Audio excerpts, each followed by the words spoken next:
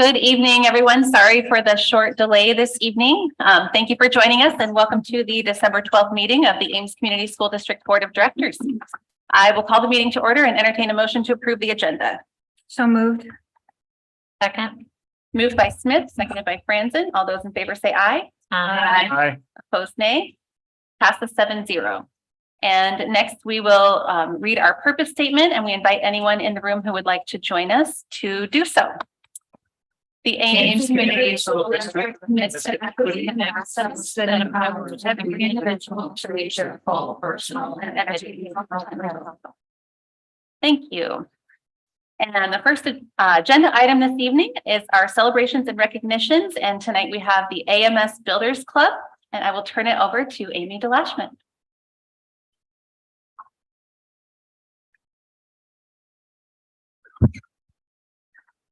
Good evening, everyone.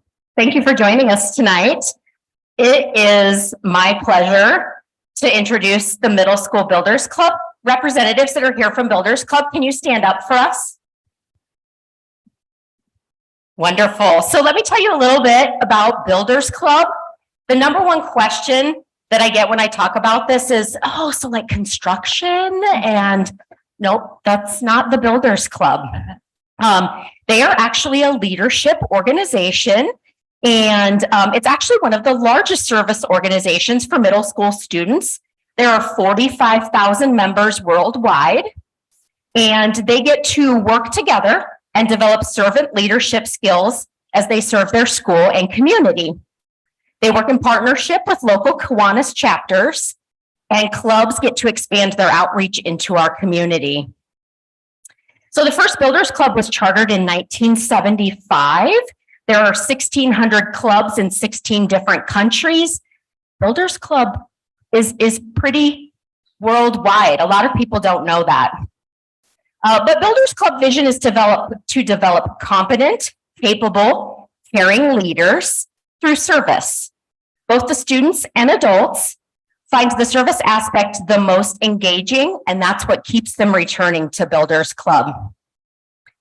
But tonight we are here to celebrate the Builders Club because of an award that they recently received. And actually, I'm going to let you talk about it.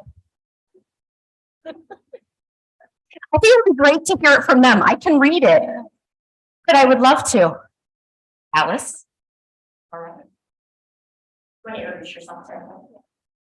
Hello, my name is Alice Fields. I am a 7th grader at AMS and the secretary of our Builders Club. I am representing the Builders Club today for the celebration of our receiving the Outstanding Youth Group in Philanthropy Award. Unfortunately, I'm the only one who could make it here tonight, but this is an honor that everyone involved in our Builders Club has definitely worked hard for. I'd just like to say that we are very grateful to everyone involved in our nomination, along with Aaron Bataza, who made all this possible. And also that we are glad that you all have provided us with an opportunity to acknowledge our work for this community.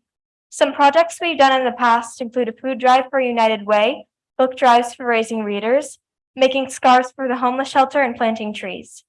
We also look forward to future projects such as making blankets for the animal shelter. Thanks again for giving us this opportunity to celebrate the hard work that Builders Club has done to receive this award.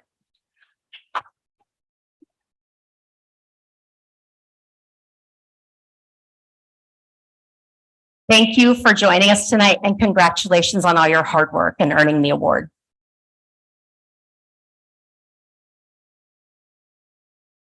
Thank you, Amy, and thank you all for coming tonight. And we're so proud of the awesome things that you are doing in our district. All right. We will move on to our discussion items. And our first discussion item this evening will be our board committee updates, beginning with the SIAC committee. And it occurs to me, Director Linkaitis was not here for the SIAC meeting. Dr. Hawkins, would you be able to give a quick update? I'm sorry to put you on the spot.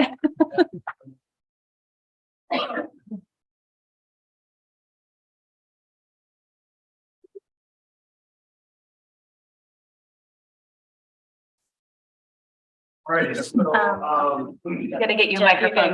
Thank you.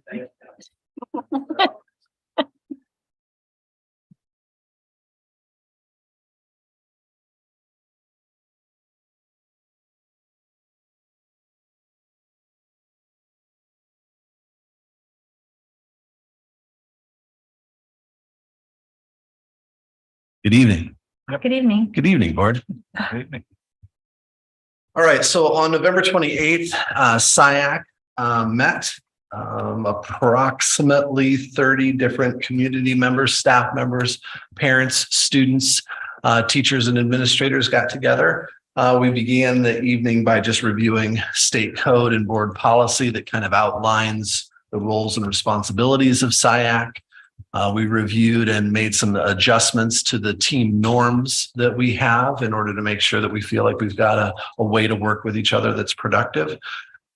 We reviewed the planned topics for SIAC and got feedback from the committee about any changes or additions to that. And specifically the feedback of the committee was that they wanted to talk about mental health, specifically getting a sense of how students feel connected to and within our system and how parents and community can support the work of the district around mental health. The other specific piece of feedback was that the committee wanted to discuss school safety and review the safety processes the district has for drills and protocols to address outside threats. We then had a discussion of what is summative assessment, kind of a little activity that we did. The committee was then presented with our 3 district goals, as well as the theories of action or the action steps the district is planning to take over the course of several years in order to accomplish those goals. And we got feedback from the committee again around where do you see alignment between the planned work of the district and the goals, and where do you see misalignment or work to be done yet?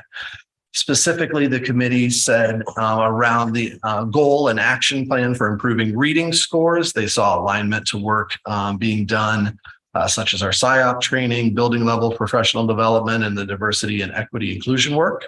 That came from an elementary building. There was alignment between the goal around improved school climate and the work, specifically around alignment to the work around social emotional learning curriculum and the diversity, equity, and inclusion work that's going on in the district. And then there was a suggestion for needed improvement, again, around the goal and the work around improving reading scores. The suggestion was we needed to better align the training and the work in this goal in the secondary part of our system. So in other words, we heard feedback from our elementary that they felt like the work was well aligned, but our secondary gave us some feedback that it could be better aligned. Then the rest of the meeting, the bulk of the meeting was spent looking at data sets around literacy and math, specifically data sets that would tell us how are we doing on that first goal of improving reading scores. And the meeting concluded then with kind of an exit ticket around next steps. And I apologize, I don't know that I've summarized those next steps. I'm sorry. That's okay. That's a pretty comprehensive look at Yeah. that. Yeah. Thank you. Any Dr. questions? SIAC will meet when next? February 27th is our next scheduled meeting. We have 3 meetings planned for this year. Okay, thanks. You're very welcome. Thanks, Dr. Hawkins. Yeah, you're welcome. Right. Our next committee update will be the facilities committee. That's me now. Awesome. I'm going to take over for Alan as a co-facilitator. New Ames High construction update. This is all in your minutes, but a couple of things that I will highlight for you.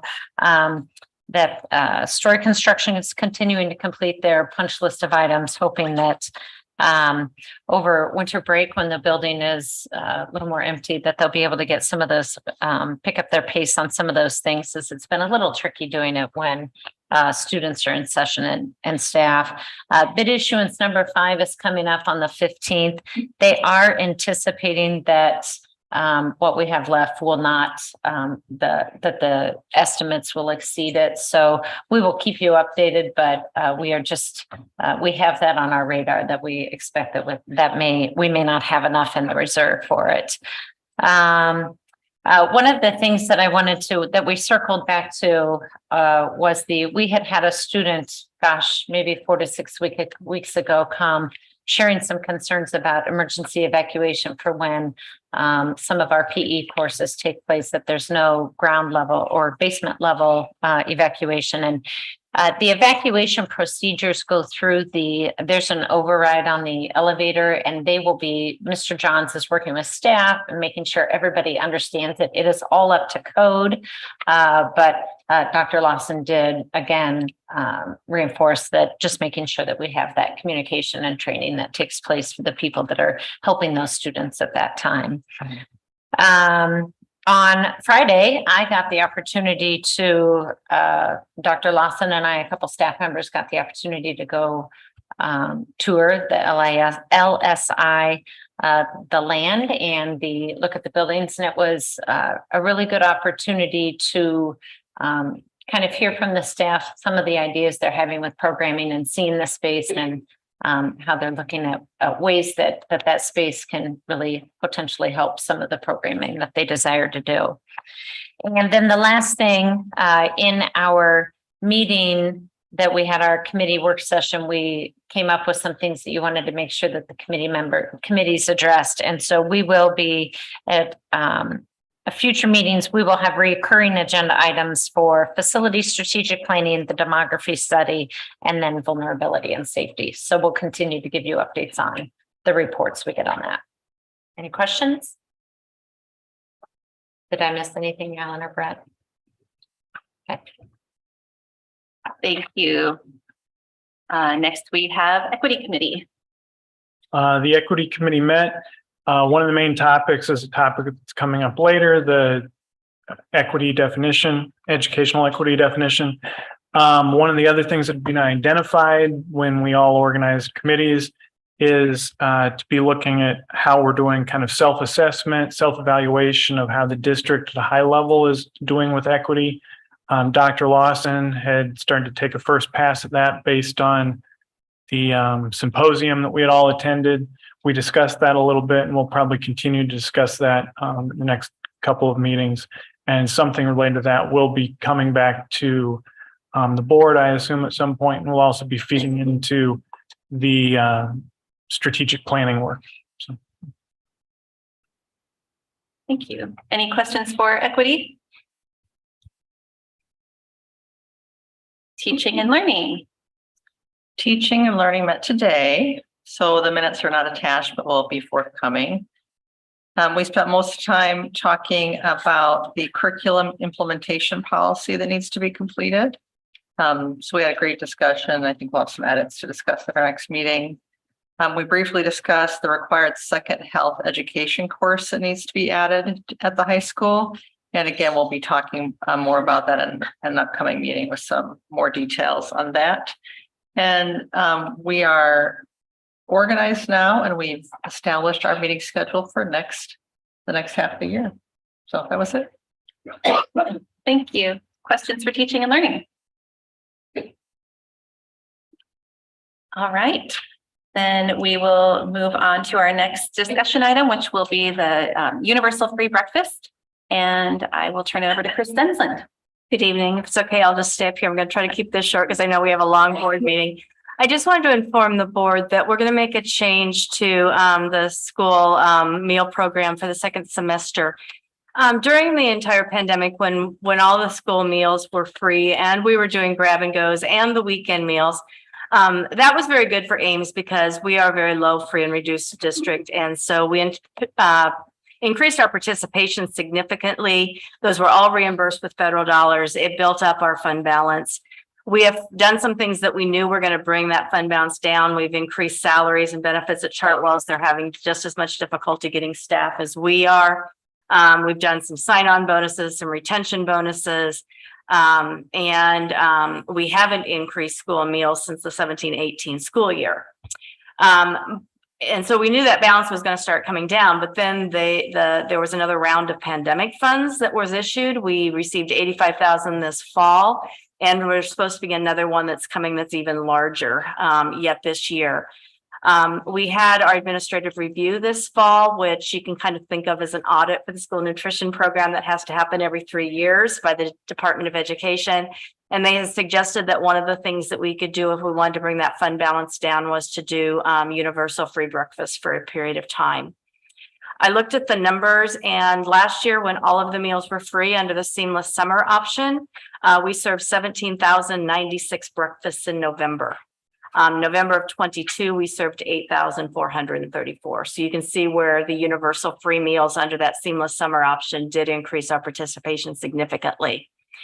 And while we can't sustain this indefinitely, we do believe we're fortunate to be able to provide some temporary economic relief for our students and families, at least for the remainder of the school year with inflation as high as they are. I know I'm seeing it at the grocery store that the prices are much higher.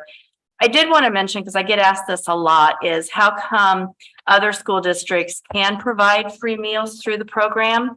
And it is something called the Community Eligibility Provision or Program under the National School Lunch and Breakfast Program, which allows districts to serve free meals to all students if the percentage of directly certified free students, not reduced students, but free students and directly certified. Most of our direct free students are certified through the SNAP program or the Supplemental Nutrition Assistance Program and Medicaid. It does not, if you fill out an application and qualify, that does not count into that percentage. At 40%, you become potentially eligible. At 68%, the program pays for itself, and you don't have to have an outside funding source to make sure that you're not subsidizing paid students with federal funds.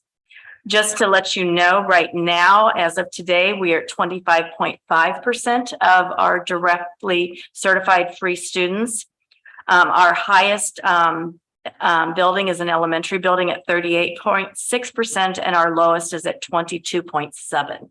So we do not qualify at all for the CEP program. And I know with Des Moines is one of those that does, and they've become a CEP district, which means they're at that 68% or higher for the entire district. And they can, even though they might have an elementary building that might be at 20 or 25%, because their district is over, they can then qualify as a district.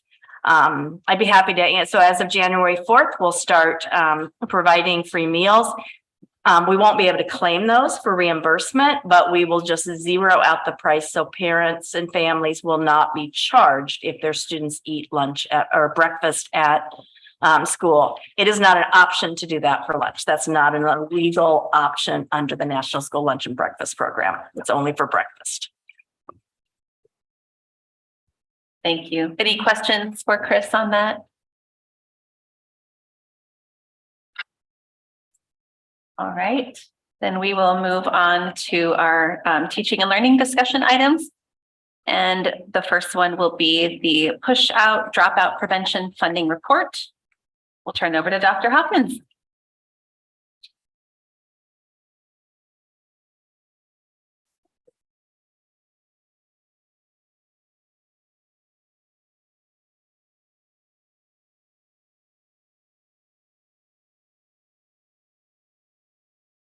All right, good evening again. Hello again.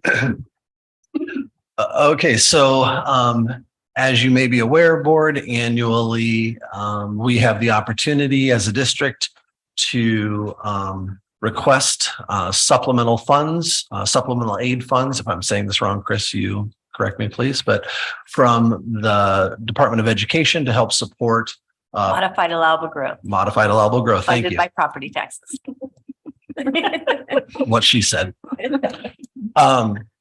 In order to help support dropout prevention, push out, pull out prevention programming. And so you can see here in the body of this, it outlines kind of the financials of it, which I'll go over with you. But I also want to review kind of the programming, if you will, that those funds are used for, as well as some of our data around dropouts and the students that are also served at risk of dropping out. Okay. So I guess I'd actually like to go to the data first. You can see in the table, if you scroll down just a little bit to that, perfect. If you see in that table, This is initial data that we're still working to certify to the state, but you can see a dramatic jump in the number of dropouts that we believe we will be reporting to the state this year as compared to previous years. Again, a drastic jump. I did want to break that, or I did break that data down for you as a board to get a little bit more in depth about what's going on with those, who are those 43 students. So again, if you scroll a little further lower, you can see that breakdown by grade level, by race, and by program status. And so I'm just going to pause for a second to give you time to look at that.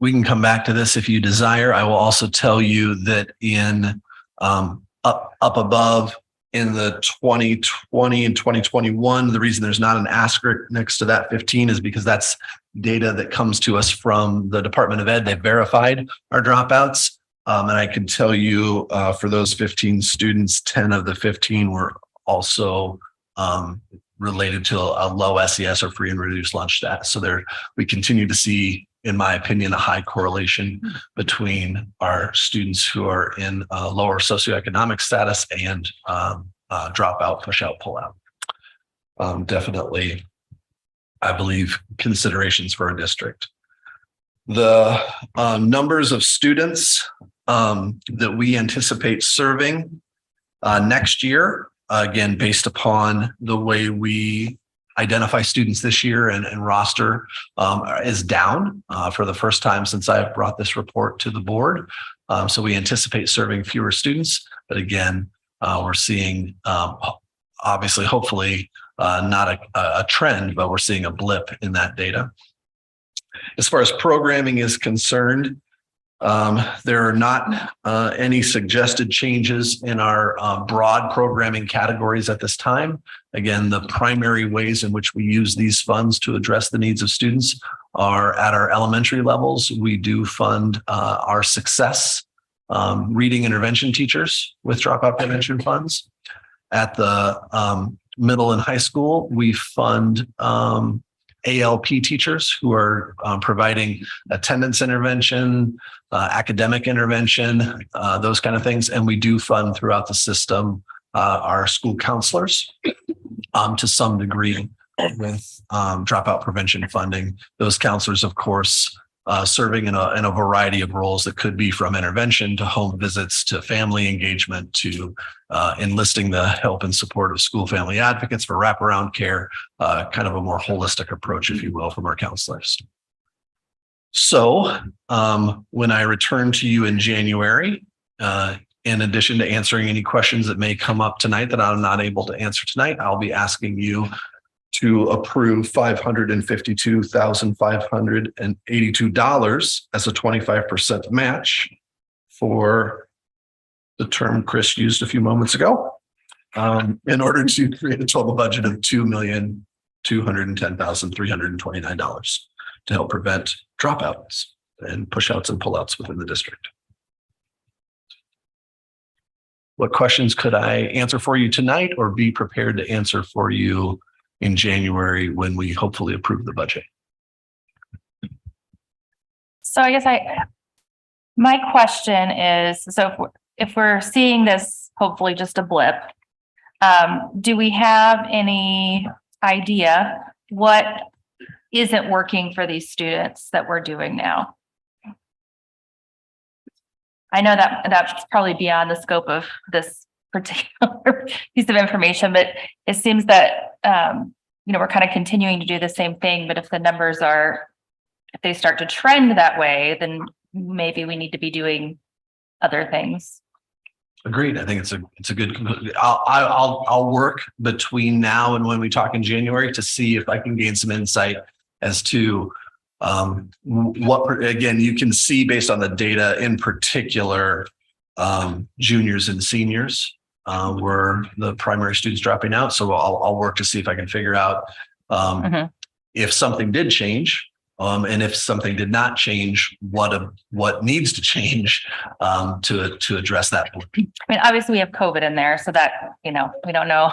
Without a doubt. So that's the other thing I'd say is that it does seem like there's an overrepresentation of students of color proportionally in that dropout. So I'm curious as well if we want to discuss that further.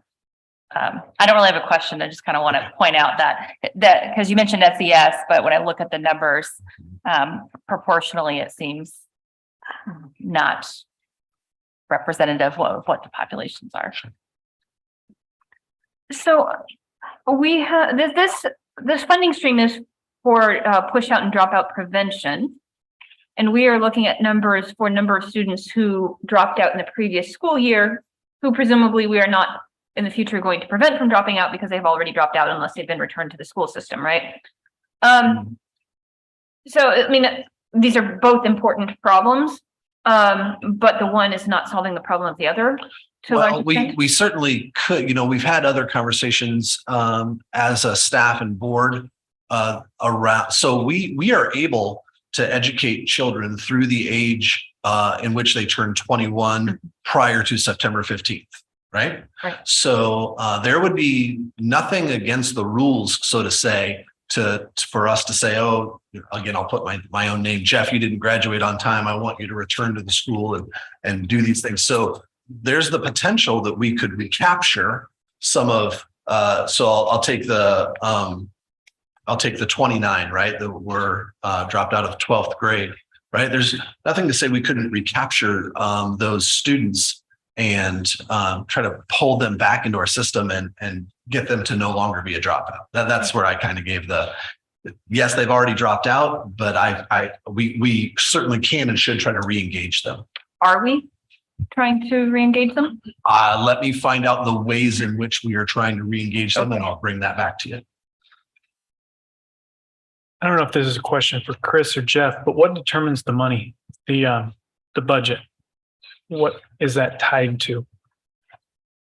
It was tied to an amount that was in place, and you're testing my memory, about 10, 15 years ago, and then they put a 5% increase cap on it. And so it's a formula, and it just increases by the amount of the state percentage of growth, but there's a cap. So it's not a formula based on need identified, No. anything like that? No, and in fact, if you happen to be one of those districts that maybe was a high property tax rate district, a low property value district, and you didn't feel you could levy all of it, you were stuck. You got frozen and you never can go back and get the whole thing. Okay. We are at the max. Okay. I echo Director Winfrey's concern about the disproportionate number of students of color. So if we could look at that closely. And it seems a bit of a euphemism to just call it a blip from 15 to 43, at least a double blip or a triple blip. Yeah, I don't mean to downplay the significance of the jump in the number. I guess my intention was to say that our work will be to make sure that's not a trend line, but rather an anomaly. But I certainly didn't mean to downplay. I've presented to this same group, right, the consequences of not ending our process here with a diploma, and they're significant, and I would never want to underscore that. So thank you. Thank you.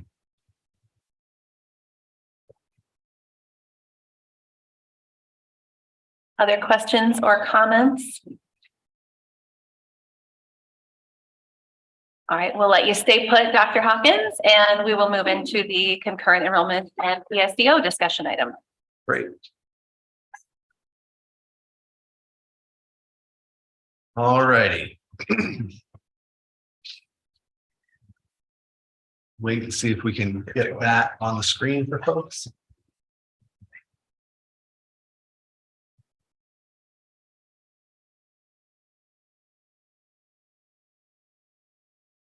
Yeah, that. Thank you. The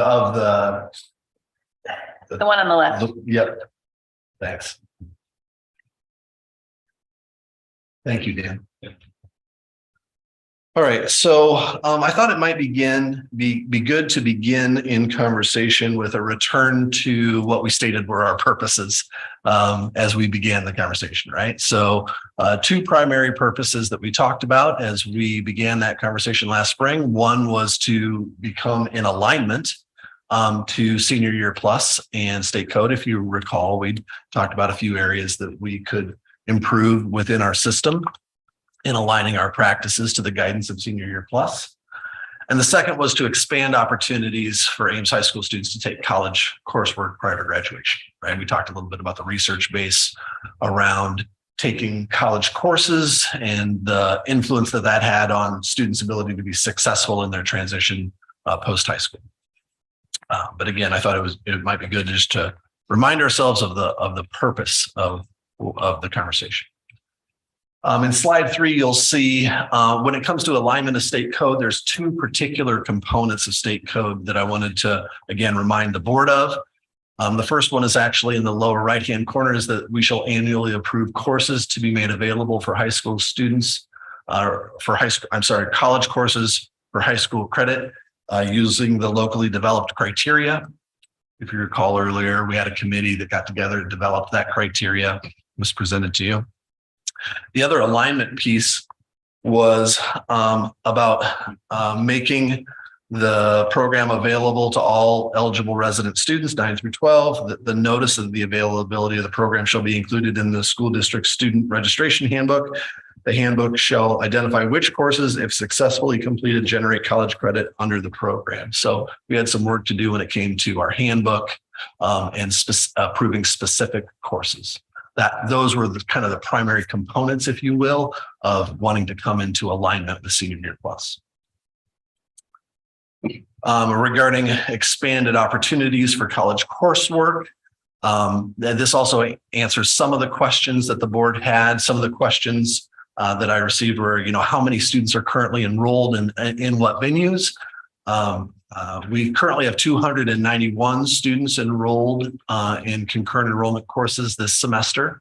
As you recall, and I apologize, this data is a little fuzzy for me, but I believe when I came into the district, we had maybe around 6 approved courses and 30 plus students taking those courses. And so there's certainly an expansion, at least in my estimation there is.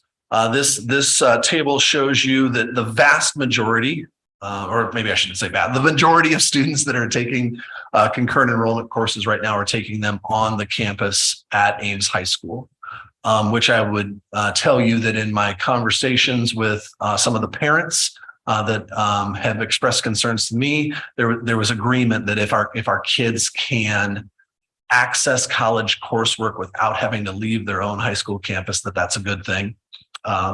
Right. And that is, at least I believe everybody understood in the conversation, that's only available through concurrent enrollment. We're not able to offer PSEO on our high school campus. We also have a number of students participating in PSEO programming. So another question from the board was, well, how many students participated in PSEO programming last year?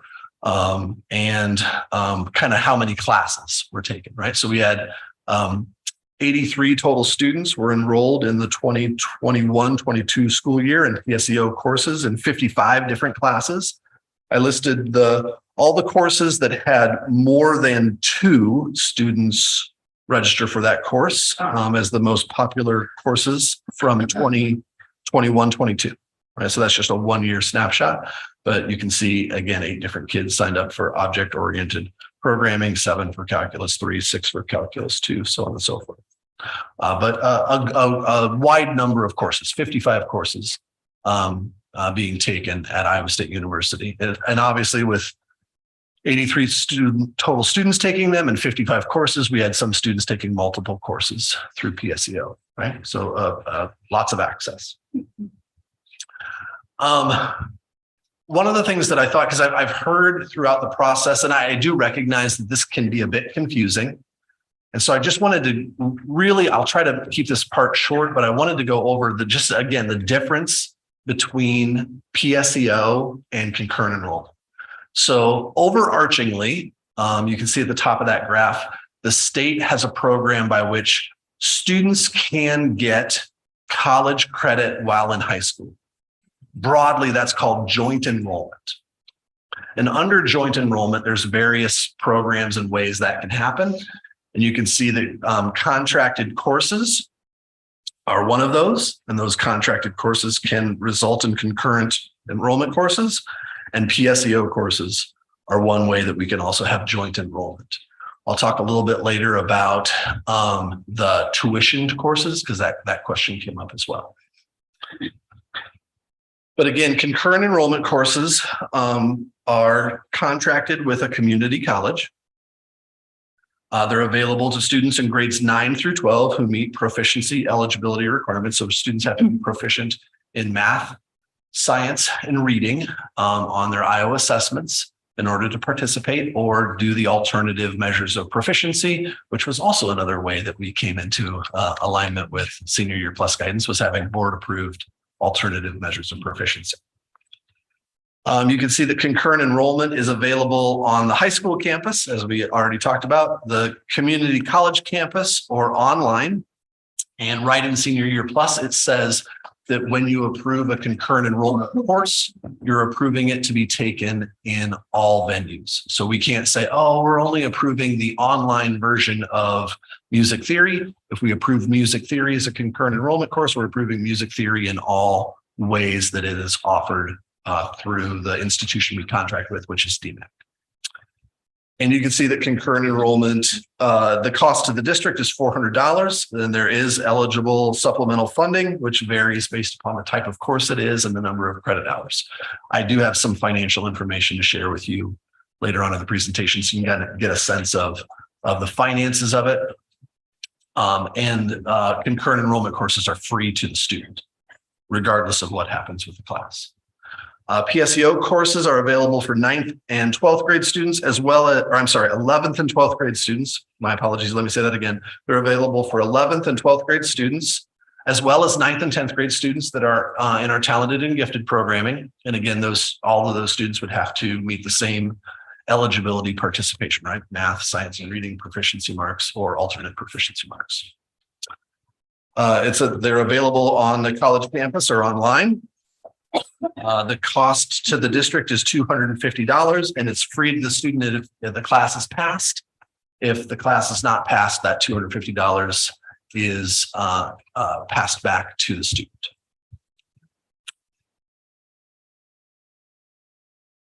All right, so again, returning to that idea of our goal is to expand, one of our goals is to expand opportunities to students to take college coursework. And I believe, I know that the recommended list that was brought to you early was brought to you with the best of intentions to do that, but we didn't in some cases. And I want to be transparent about where barriers were created rather than opportunities created. Okay. So what you see on this slide are 16 courses that we approved to be taken through DMAC that DMAC does not offer due to lack of enrollment, either online, on campus in Ames, on campus in Ankeny, or on campus in Boone. In other words, the course does exist somewhere with DMAC, but not within any of those 4 areas that I just described, right? So for all intents and purposes, it really doesn't exist for our kids, right? We don't expand opportunities for kids to have courses that aren't actually offered, right? In the farthest right-hand column, you can see that of those 16 courses that are in that status, 12 of them are offered through PSEO at Iowa State University. Just as a quick key code, if you will, if we look at that second line, BIOL 155, when it's in white, it means it's offered in person on their campus. If the next line down, highlighted in yellow, means it's offered both in person and online, right? So to kind of give you a sense of the venue. So many of these courses that aren't offered by DMAC at all are offered both online or on campus, and some of them are offered on campus. Jeff, can you tell us what's the first column and what's the last column? Yeah, sure. The first column, let's just go through that line, ANTU. Okay, thank you. I apologize. So ANTU 150 is the course number out at DMAC. The Global Issues is the title of the course that DMAC gives it. 3 is the number of credits that would be garnered if you took and passed that class at DMAC. And then the last column would be the ISU equivalent if there is. Okay. So again, kind of in a nutshell, 16 courses that aren't offered by DMAC in a venue that would allow our kids to take them and access them. And 12 of those 16 are accessible through Iowa State. Okay. Let me go on to the next. I'm going to just make sure that so these were on the list that we approved. Yes, ma'am. But based on the left-hand column, you're showing that those that they're not available to our students. So we've said you take them through concurrent enrollment, but they're not there. So it's not an opportunity. Yeah, I don't want to rush the punchline here, but there would be a recommendation for some changes coming. Yeah, no, obviously we may be moving in that direction, but I just wanted to make sure. I just want to be able to be as thorough as I can in Absolutely. explaining to the board. This was our goal. This is what we're trying.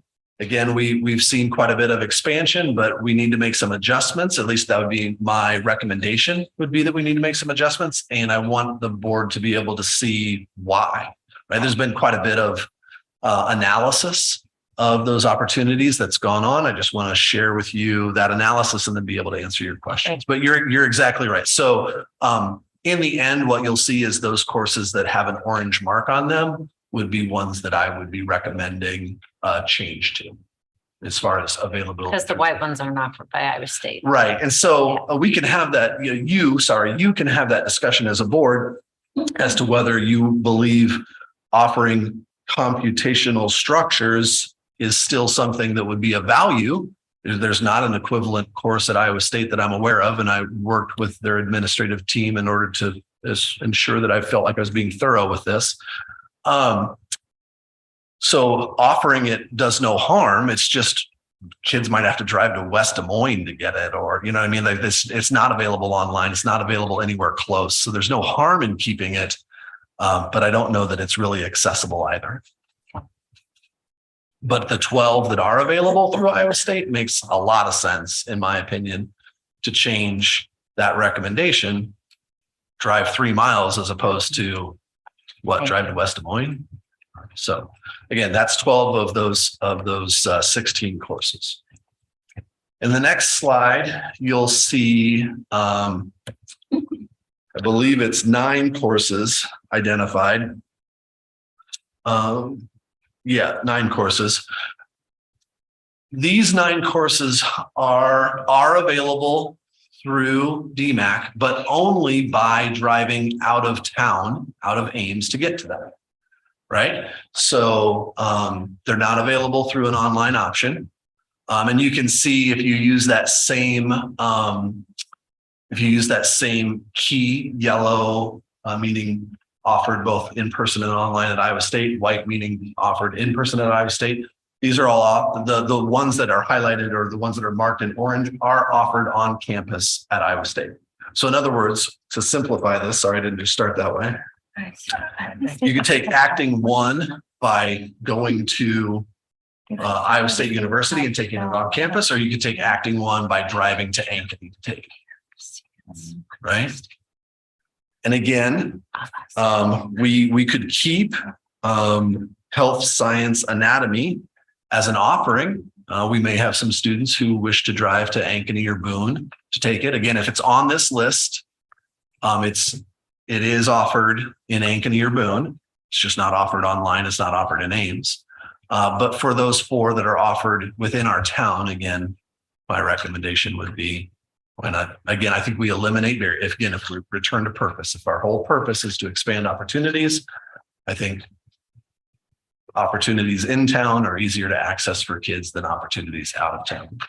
Can I ask a quick clarifying question? General Biology 1, my assumption would be Iowa State does offer a General Biology 1, but does it not correlate to the Bio 112 that DMAC offers? I would have to I don't know that I could speak to that off the top of my head. Okay. I can tell you, I've gone through a process of working with the office of the provost. I'm sure you've done your, I was just, I'm thinking back to, I can tell you, Elisa, that this particular one doesn't have an That's Iowa what I State want. equivalent. okay, thank you. Yeah. There I'm are thinking biology. Bio 109, but I know that then I'm dating myself. It may not exist. Current coursework at Iowa State, so, okay. Yeah. So, so I've tried, I guess, what I would want you to know is I've tried to be as thorough I'm as I sure you possibly have. can I'm to- sure you have. to check Yeah. this out. Thank The same is true with music theory for that. As far as Yeah, that goes. Iowa State does have music theory, but it's not considered equivalent to this course. So So those that's students one could- thing, as we look at this, just to Jeff's point of if some of those remain on, there's a little bit of a confusion aspect maybe for students. Because like for Bio 1, this is one type of Bio 1, but there's another one at Iowa State that's different. It's like intro to bio, sophomore bio. I think we have to count on our counselors and then at the advisors at the colleges that are working with students to help them understand those things though. Yeah. Right? I don't If think there's that any can way to be- make that clear because like me as a student, I might look at this and think, oh, well, the introduction to biology class is this one. Yeah, well, there are very clear guides that are online for anyone to look at too. Okay. So again, of those 9 courses, 4 of them are available without having to make students drive out of town. And that'll correlate to the recommendation that I make at the end of the process. In the next slide, you can see courses that are available online only, or at least you can reference. I don't know if you can see that because the list is a little bit longer. Again, when we approved these courses, we approved them as an online academy option, right? So we knew that they were offered online, and indeed they are. They're offered online only. But 3 of those courses are offered in person or face-to-face on campus at Iowa State University. So this one is probably one you may want to discuss more as a board. The data that was shared with me by some of the parents that I met with showed that the students who responded to them indicated a clear preference for face-to-face learning over online learning. And I would tell you, my professional opinion is that face-to-face opportunities often generate better outcomes and experiences for kids than online experiences. But this is one where the board, may want to have discussion or decision. So for example, if I take that intro to mass media course, if the board were to choose to see that as a concurrent enrollment course, then it would only be available to students online. If the board were to decide that this is a PSEO course, it would be only available to students face-to-face on Iowa State's campus. Again, it's highlighted in orange, and it is part of the 37 courses that I'm recommending change to. But I want to be transparent that may be one you want to debate a little bit or talk about. In the next slide, you can see that there are some courses that are offered online or out of town, right? So we've gone from not offered to out of town to online only to online and out of town, right? But the bottom line is they're not offered face-to-face in Ames, right? And extending that same logic that students might be would prefer, again, that's what they're reporting, is that they would prefer face-to-face courses. And again, I think some of our own data from last year would show that students are more successful typically in face-to-face courses. Again, you can see recommendations to, I think this one actually totals about 18. Right, so there's 33 courses available online or in person out of town. Of those 33, 18 are offered by Iowa State University from a mix of on-campus to on-campus and online. And then there's one that's highlighted in red that is only offered, I believe, online. Right. But again, 18 courses in which it may make sense to give students, rather than say it that way, 18 more classes where my recommendation to you would be that we offer the opportunity to take that face-to-face in our town rather than online or face-to-face outside of our town. One question to that. So like, I'll just pick one at random and it might be wrong. Like intro to ethics, if that's an online course at DMAC and an in-person at Iowa State, and we don't list it in concurrent enrollment, a student through PSEO could still choose to take it online at DMAC, right? Because PSEO is not only to Iowa State, it's to any college in Iowa. I would want to consult senior year plus to make sure that That's what it said. can give you a good answer on that. I think it is possible for us to allow students to PSEO a course to DMAC rather than to contract that course through DMAC. It would just change the supplemental funding part of it. So if we removed that one, for example, we're not forcing a student, they have to do it in person. They could still choose to do it online if that was their preference, Ethics. because they could PSEO to DMAC. That was also my understanding. I'll be honest with you, I was having a hard time just locating intro to ethics. So intro to ethics is the one you talked about. I was just, basically, if there's an online course at DMAC that we're saying is in person at Iowa State, and we take it off the concurrent enrollment list, that doesn't keep a student from saying under PSEO, they want to take it online at DMAC. They can choose. It's a great question. I think you're right. I wish I would have looked into that question prior to tonight to be able to. I'm pretty sure that's what the document I guess the says. question I would have, does DMAC offer PSEO? Because while theoretically the code might allow it, does DMAC have a PSEO program? Or do they only have concurrent enrollment? So that, I mean, again, this is not a question. Yeah. We would have to let Jeff get back to us on that one, but. Yeah, we could check on that. Yeah, I think they do, but yeah, we could ask. Hold on just a minute. I know that other community colleges do. I guess I didn't look at DMAC. I will find out for you. Okay, so in the next slide, are we ready to go to the next slide? Or do you have a question? Okay. In the next slide, I am trying to highlight again for you courses in which you may want to have conversation.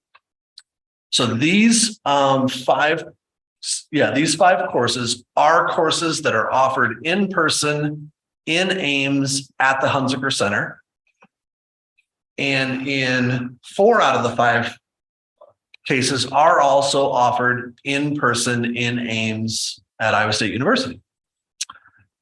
You can see 3 of them highlighted in green, in which I guess I would suggest, based on my analysis, that if we're returning to the purpose of increased access, I believe actually keeping them as concurrent enrollment courses increases access. So for example, that first course, MAT 141, it's offered, you can see there's the farthest right-hand column, MAT H104. It's offered on campus in person through Iowa State. Well, it's offered on campus in Ames at the Hunziker Center and online. So it seemed to me that there might be greater access through DMAC than there is through Iowa State for that course. Again, if we're making recommendations based on access to courses. Whereas in the next course, MAT 162, Principles of Business Statistics, again, it's marked in yellow. It's offered both online and in person at Iowa State, and it's offered online and in person at DMAC, right? So the offerings are the same, and that's where you may discuss as a board, okay, well, in one situation, students can take it in grade 9 without being a part of the talented and gifted program, or no, we think the physical proximity to Iowa State presents fewer problems for anybody who wants to take it face-to-face. Like you may want to discuss these 5 courses as a board. Again, you'll see the green markings where, at least in my analysis, I would determine that I think there's greater access to the course. Again, returning to access as the purpose, there's greater access through DMAC to the course than there is through the offering at Iowa State. But again, I wanted to be really transparent with the board about courses that you may want to have some more discussion about. Again, in full transparency, these courses are not included in my recommendation that I'll bring to you later tonight. So the three classes that you think have greater access at DMAC are not on your recommended list of concurrent enrollment courses? They are on the recommended list. They're not recommended for removal. Thanks for the Okay, clarity. thank you. Yeah, Thank you. perfect. But Yeah. the two white ones are. No, So yeah, what is that? I've not at this time. Again, I figured we'd have a little conversation, but at this time, I've not recommended removing any of these 5 courses. So for the ones in white, like classical physics too. Yeah. It is both in person and online at both places. Is that right? No. No. It's No, only in it's person. it's in person only in both places. in Okay. Ames, yeah. So I guess the thing I would say and I'm wearing my academic advisor hat now, but the classical physics 2 above, we had listed classical physics 1 as a course we were offering through PSEO. So it would make sense to me to have classical physics 2 also be PSEO because it doesn't Sure. make sense to have them switch. Yeah, that makes sense. So that would be my thought on that. Agreed. Can Yeah. you explain one thing, Jeff? Sure. Like on any of the 3 green ones, what's in the determination that DMAC acts provides greater access? Sure. In the student feedback we've been given is that it's easier for them to access at Iowa State. But I'm sure you looked into this. Sure. Yeah, I'll go through each of them because it's relatively simple. So in finite math, it's offered in person at Iowa State University. And I would agree with the feedback that we've heard that if I'm going to go to a face-to-face course, it's easier to travel to Iowa State University than it is to travel across town to the Hunsaker Center. Agree. So in finite math, it's offered in person at Iowa State. It's offered in person and online at DMAC. So it's the and online part that makes me wonder if there's greater access through DMAC. In Music 100, that music appreciation, it's offered online only. In fact, I think it's listed as a hybrid. It's offered as a hybrid section only, 1 semester at this year, right? They may offer it different in other years. So I'm just looking at this year's offerings. That's all I had access to do this analysis. Music 102 is offered online in a hybrid setting at Iowa State this year. It's offered both online and in person at DMAC. So really the ones that are marked in green are because there's more than one venue of offering, whereas at Iowa State there was only one venue of offering. Maybe the way to summarize that. And for the one like online, the Department of Education says the equivalency is a comparable course. We're saying that an online is comparable to an in-person. From that's difficult to say whether that from a preference standpoint, from the way the state would look at it, as far as like, can you still get college credit for this and can it go back to your high school transcript? Yes, they allow that from an online or in-person course. But again, if you as a board think, no, we think in-person is significantly better. And we think in-person at Iowa State is a lot more convenient, then you may want to discuss these 5 courses and maybe that recommendation is for the change of 42 courses rather than for 37. Again, I just wanted to be really, really transparent with you about the various levels of analysis. So you had all the information that you felt you needed to make the best decisions for our students. So, I do have thoughts about what's preferable, but I think those probably come later in the meeting. We have some parents who have been really concerned about specific courses that I know that they've been really worried about. Where do those courses fit within these lists? Do you remember any specific courses that I could look up for you? What I would say, Amy, I guess I was kind of tracking that as we were going through. Right. Calculus 3, differential equations. I don't know that Calc 2, the biology 212, physics with lab, chemistry with lab. Those were the ones that I remember folks writing to us about. And as I was looking, I was seeing those all as being listed as PSEO on here. Yeah, I would agree. The Differential equation. the linear. Calc 3, differential equations with Laplace, Calc 2, classical physics, Yeah, those are all recommended by me later in the meeting as being removed from the concurrent enrollment list. Okay. I think there were more, though. There were things like principles of microeconomics, one, social psychology, math for liberal arts, courses like that. Where did you get that? Music list, Brett? I'm just appreciation. curious. Some of the parents. If you get, I see math for liberal arts recommended for removal. What, can you go through those again? I'll do my best to try to. Math for liberal arts, human origins, cultural anthropology. Human origins, yes. Cultural anthropology, yes. Both of those are recommended for removal, Right. Yep. and economics as well. Yeah, At least principles- macro, because we have principles of micro macro, through yeah. AP online, I believe. It's how students Yeah. get access to that. I guess one recommendation I'd make before we start parsing through specific courses is maybe let Jeff finish up, because like I have one high level question before I even go to that level, but I'd like. I do have a few other pieces of it because there were other questions that you had that I'm prepared to answer for you tonight. So, again, okay. So if we get to what's in my slide deck here, slide 13, answering the board's questions. If you can scroll one more slide. Thank you so much, Dan. I appreciate your help with this. Right. So the board wanted to know what classes are students taking as concurrent enrollment this semester or next that are offered in person in Boone or Ankeny. And you can see a listing of those courses right there. So those are all courses that students are traveling to take. And as you might recall, I indicated that we currently have 6 students that are traveling. So having more than 6 courses, you can see that some of our students are traveling to take more than one course. So, But without, sorry, you go. so of all of these classes, are all of the ones that are offered at Iowa State now listed in your recommendation to move to PSEO? Yes, Okay. I did not. If there were any courses that students had to travel out of town to take that are offered on Iowa State's campus, they're recommended to be removed from that list. Thank you. Yes. I thought so. I wanted to make sure. Yeah, I would- appreciate the I clarifying just- question. Point out, composition 1.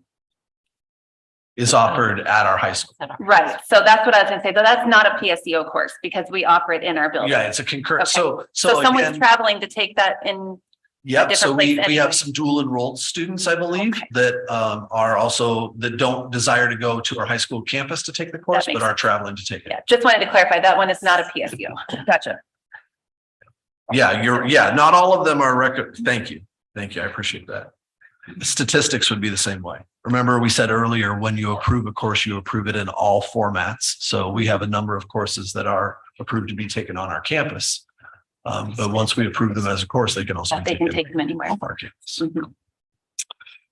Mhm. Do we know the number of students who wanted a class, but transportation was an obstacle, so they're not taking it?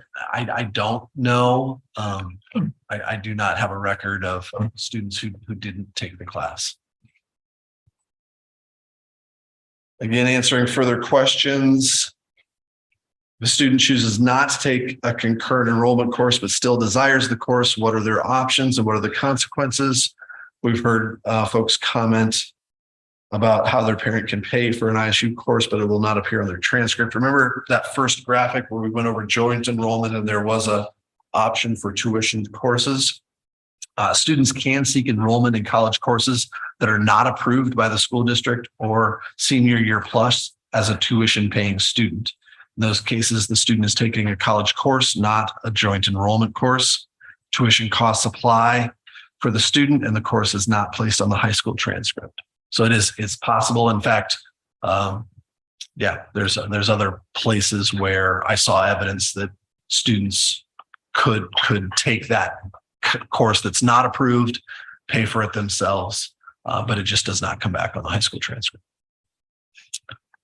Another question was asked about students scheduling PSEO classes at Iowa State without interfering with their high school classes. And our students commonly arriving late to their high school classes or leaving early due to an Iowa State class that they're taking, right? The conflict between the two different options from a scheduling standpoint. I spoke with the high school and they talked about in order to reduce those conflicts, they try to help students schedule classes either in the morning or in the afternoon. So they're scheduling them on either end of the day rather than having situations where they would have multiple times to leave campus. And when conflicts do arise, students work with the staff at both institutions to determine how to best work together to provide the courses and minimize the impact of the conflict. And that's done on a case-by-case basis. So there's a structural attempt to minimize conflicts. I'm sure at least when I was a high school principal, conflicts still occurred, and we just did our best to try to minimize the impact of those conflicts. In the next slide, there were some questions about the financials. How much did we spend in 21-22 on students taking PSEO courses? How much did we spend on students taking concurrent enrollment courses? How much did we receive in supplemental funding for those concurrent enrollment courses? And what is the spending authority set by the state for dual enrolled students? All those answers are there. So just a clarification for question 3, we got 160,000 plus back, right, towards that 196. Yes, Okay. That's correct. So in other words, We paid about 30. I'm not the financial person. I know I'm not trying to overstep my lanes, but one of the things I would encourage as you deliberate around this is to go back to those purposes of aligning to code and expanding opportunities. I guess my recommendation wouldn't be grounded in finances because the financial impact is relatively minimal. Mm-hmm.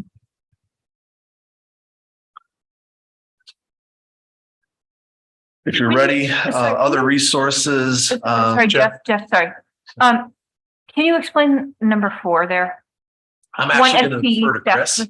Oh, So, when Dr. Hawkins sent these questions to me, he asked what's the spending authority for dual enrolled. Well, dual enrolled is 0.1 if like a non-public or homeschool student is taking a class at our buildings or through our program.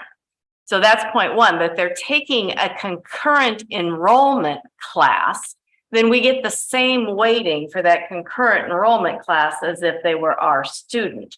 So it was the way he asked the question is the reason I answered the way it was. So we get the 0.1 because they're dual enrolled, but then we would also get the concurrent enrollment through SRI for that class. Does that make sense? Okay.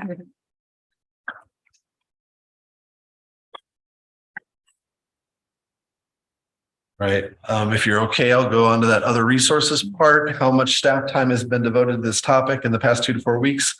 I approximated that at 25 hours, and I've got several folks who are probably waiting on an email response from me that I'll apologize publicly right now. I wasn't able to get out before tonight, so that may increase a little bit, but generally speaking, that's about how much time it's taken. And then how many Ames resident students have open enrolled to Gilbert High School in the past year? Did any of them cite college courses as a reason for leaving the district? Gilbert High School is closed to open enrollment. I believe that's been the case for some time now. 0 students have open enrolled to Gilbert from Ames in the past year. And those who applied but were denied, 0 students cited access to college courses as the reason for their application. Finally, the next slide. Does the board have the ability to change courses? Which courses are available to students through concurrent enrollment mid-year? I spoke with the Department of Education about this. Yes. According to the Iowa Department of Education, the minimum standard set forth in state code is annual approval of courses. Remember, we reviewed that in that first slide. Code is silent on making changes more frequently than once per year. The Department of Education did stress that if the board were to make changes at this time, it would be important to notify the public in a timely way to allow for registration of courses and to update handbooks so that handbooks are in alignment with the approved course decisions. In a conversation with DMAC administration, they expressed understanding regarding the desire to change contracted courses to address the barriers that we discussed. So I've had the opportunity, or we've had the opportunity to meet with administration from DMAC as well and explain, again, it doesn't make sense to have 12 courses that aren't even offered here, but they on DMAC's campus, but they are offered through Iowa State. Why would we? And again, they expressed understanding of the desire to make that change.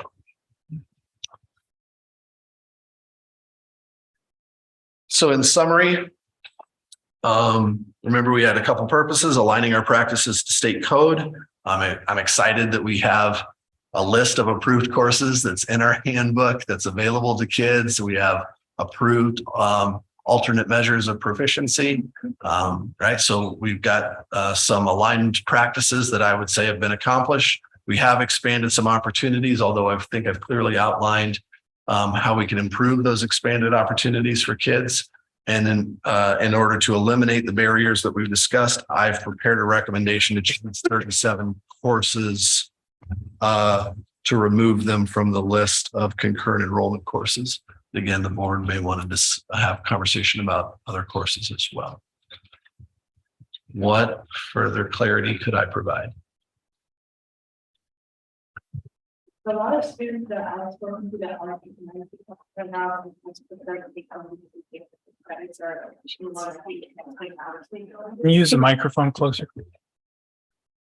you think that like the credits from ISU courses are more likely to be able to transfer to out-of-state colleges, and so that's why they prefer taking them? Does that hold any weight in this decision, I guess?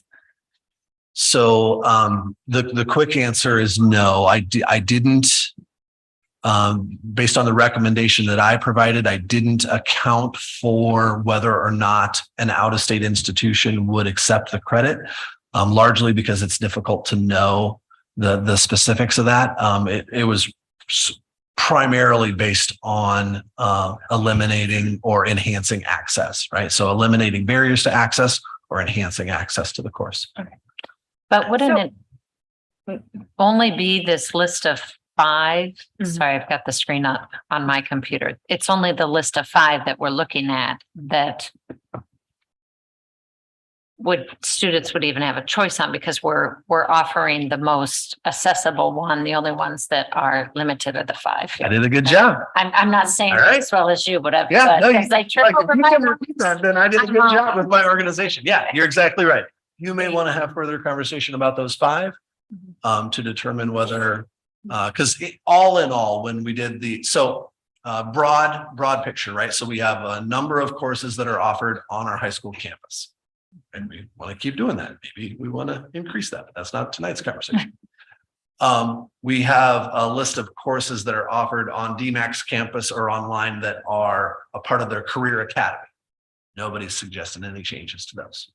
We saw 37 kids were enrolled in those this semester. There are 85 other courses that are offered, either not offered out of town. It's of those 85 courses, there are 42 of those 85 in which Iowa State does have an equivalent. And my recommendation is that I believe we would increase access to students if we changed 37 of those 42. You may say, we think we would increase access by changing all 42. That is your purview. I have I have a a quick question. go for it. Sure. So we currently have some students who are enrolled in non-AHS campus concurrent enrollment courses for the spring semester. Do we have any, and I think that's, I don't know, on the order of maybe 15 students or something like that who are currently, or something under 15. That was from the fall, but yes, yeah, we do. Yep. Okay, so we have a handful of students, maybe 10 to 15, who are currently who are registered for the spring semester for classes that are not on the AHS campus through concurrent enrollment. Do we have any sense of how much we would be inconveniencing them by moving the courses for which they're registered at DMAC from concurrent enrollment to PSEO for next semester? I think it's a great question. I apologize. I didn't anticipate that question, and so I'm not prepared to speak intelligently about it. No, I don't know how many students would have their plan kind of inconvenienced by this change. I apologize for not knowing that. The question I have kind of goes back to a high level question. I hadn't really thought about this as something for expanding opportunities. I'd kind of been thinking about it in terms of the next topic we're going to have about, getting every student what they need to be successful.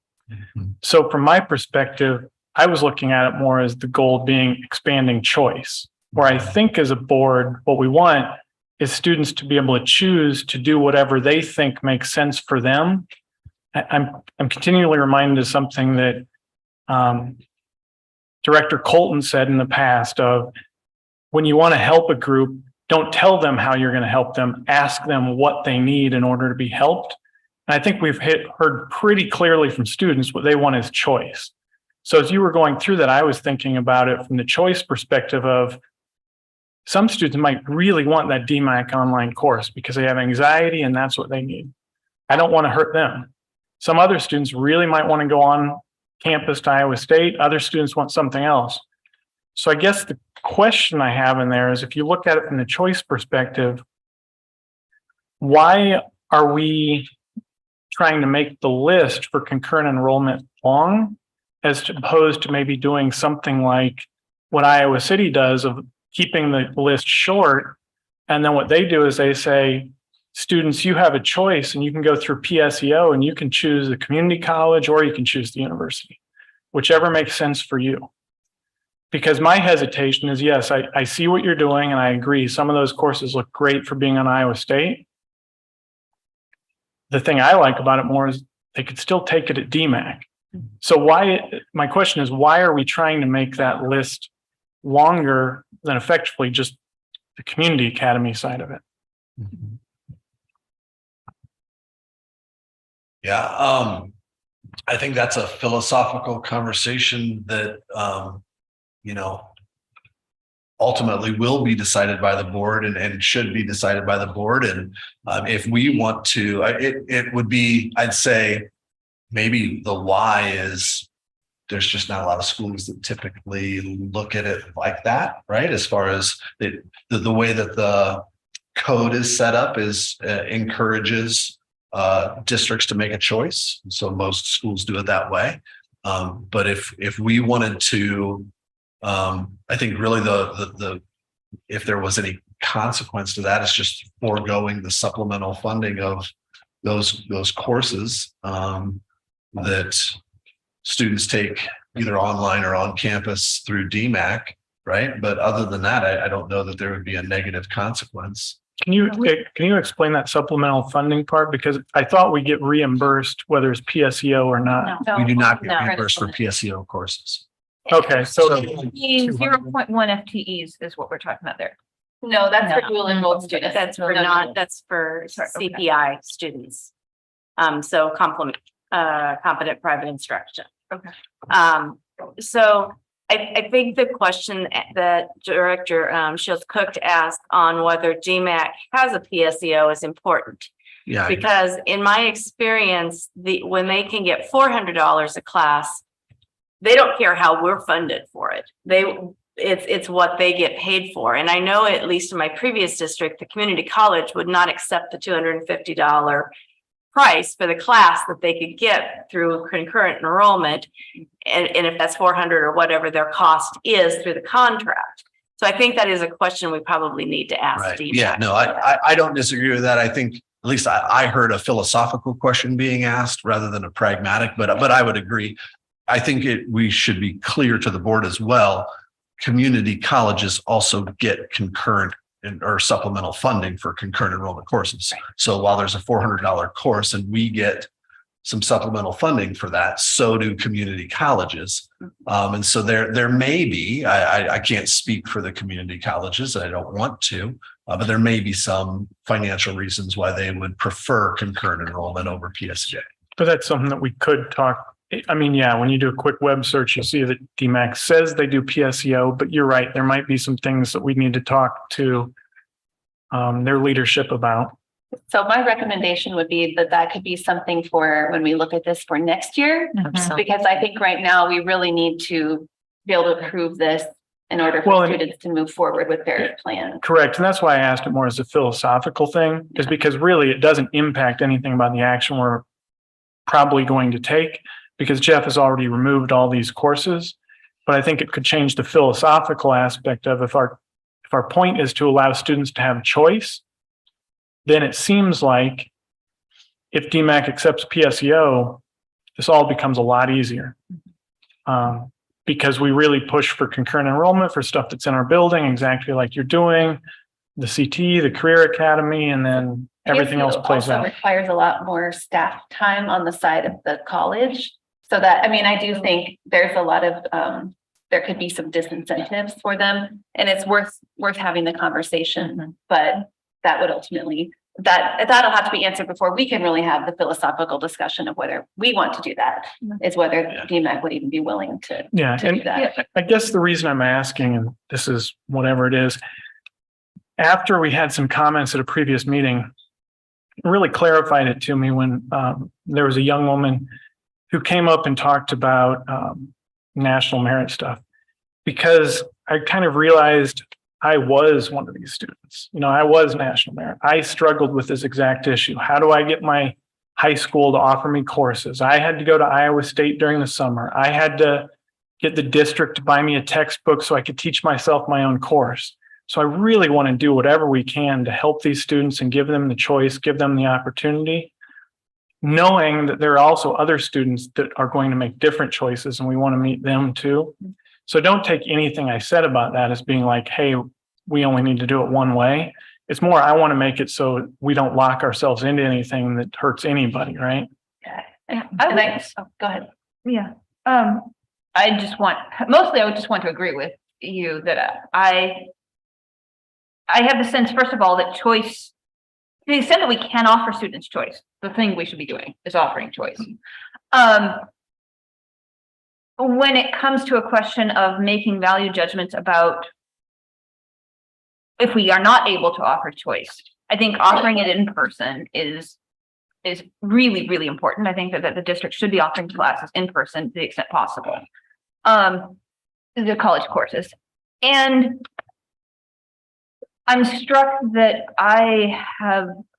while I am really concerned about students who might be attending community colleges who might be inconvenienced, I don't have much evidence that there are students who would be taking community colleges who would be inconvenienced by having their courses transferred to Iowa State. Because I've heard so much on the other side that the weight of public opinion and the weight of what it seems to me students want when they don't have a choice seems fairly clear. Though it's possible that there isn't a silent minority or silent majority out there in the community that feels differently, but I haven't heard. I'm not aware of that silent majority. Yeah, so I was just gonna say that we can ask Dr. Hawkins that when he brings us in the future to have a conversation with DMAC about that. I'm guessing that the easier path might be addressing it if there's a way to advocate for a change to the rules and the code that we're following is probably going to be an easier ask, even though it might not seem like it, because the way PSEO works is it's every single student has like an application and it has to be processed one by one by one. And it's not the same as concurrent enrollment where boom, they just sign up, they take the class. That's it. Like no one has to do any work. So I think that's going to be a much heavier ask than if we could somehow get this altered to allow where the state would allow students to have that choice. So we'll see if we have any. Well, I think one thing is Jeff presented earlier, one place where concurrent enrollment, I think, is really serving our students well is the ones that are done in the building. Right. You know, that's the majority. That is choice and access in the extreme. And trying to do that as much as we can in the future, I think is something we'll discuss more too. But to the point of the question, thank you for all the work you put into it. I mean, if you could have found a way to have one more color to color code something, that would have been great, but I'll work on that for the next time we talk. Yeah, No, Dr. thank Hawkins, you. I really do want to say I so appreciate the way that you framed this because the struggle I was having with the topic was really around the value judgment. And I don't think that that's our place as a board to make that value judgment. And I don't think it's our place as a board to say a class is better at Iowa State than DMAC when Iowa State has said they're equivalent classes. So presenting it in terms of the barriers and access has really made this a lot easier for me to wrap my head around. And I really appreciate the work that you went through to put this all together.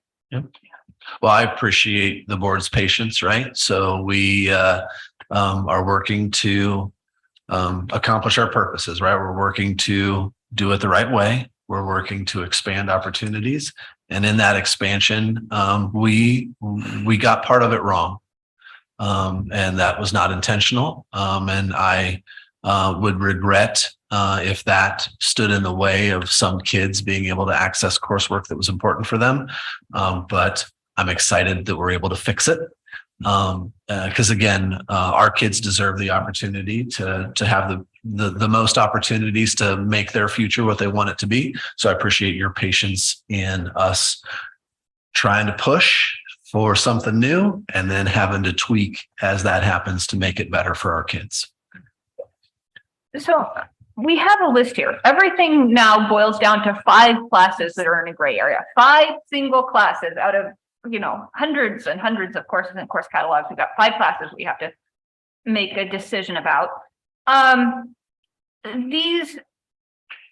Do we have any sense of what the demand is for these 5 classes? Give me a minute. I can tell you whether Maybe there you was don't have- demand for them in, here, give me just a moment. Let me see if I can give you the most intelligent answer possible.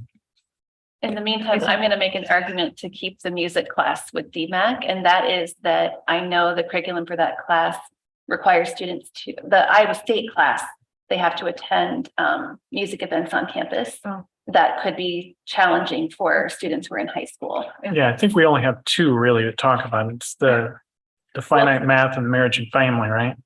The other ones, Jeff already made an argument. Or classical physics too. Well, no, that one I think will automatic. I think we're all in agreement that that one would go to Iowa State. Okay. Yeah. So can we go one, I just want to make sure, can we go through them one by one so I'm following? Yeah.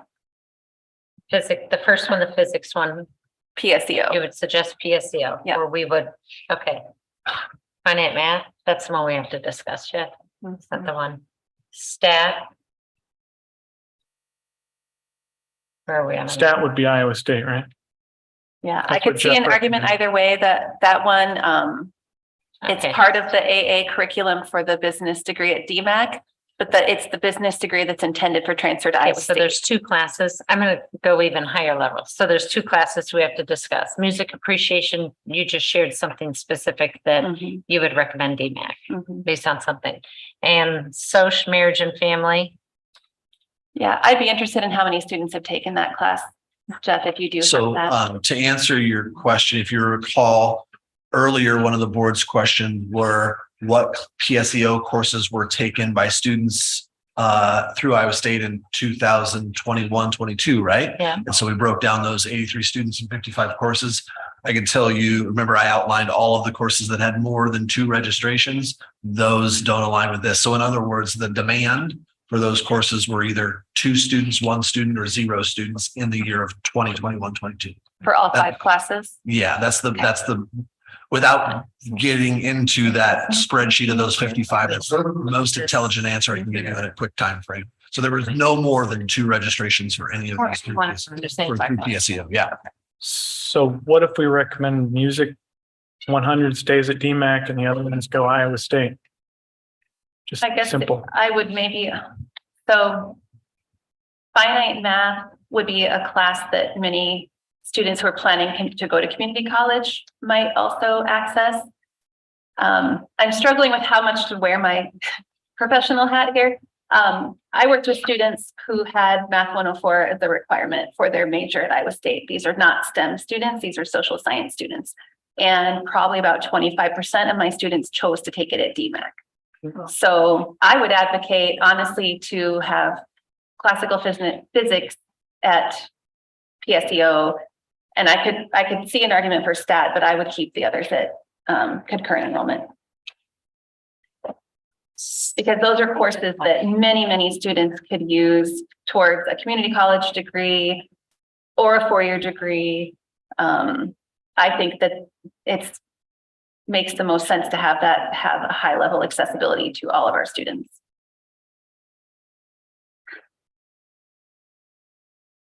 But we know that there were students who took it PSEO last year, but not students who took those classes concurrent enrollment.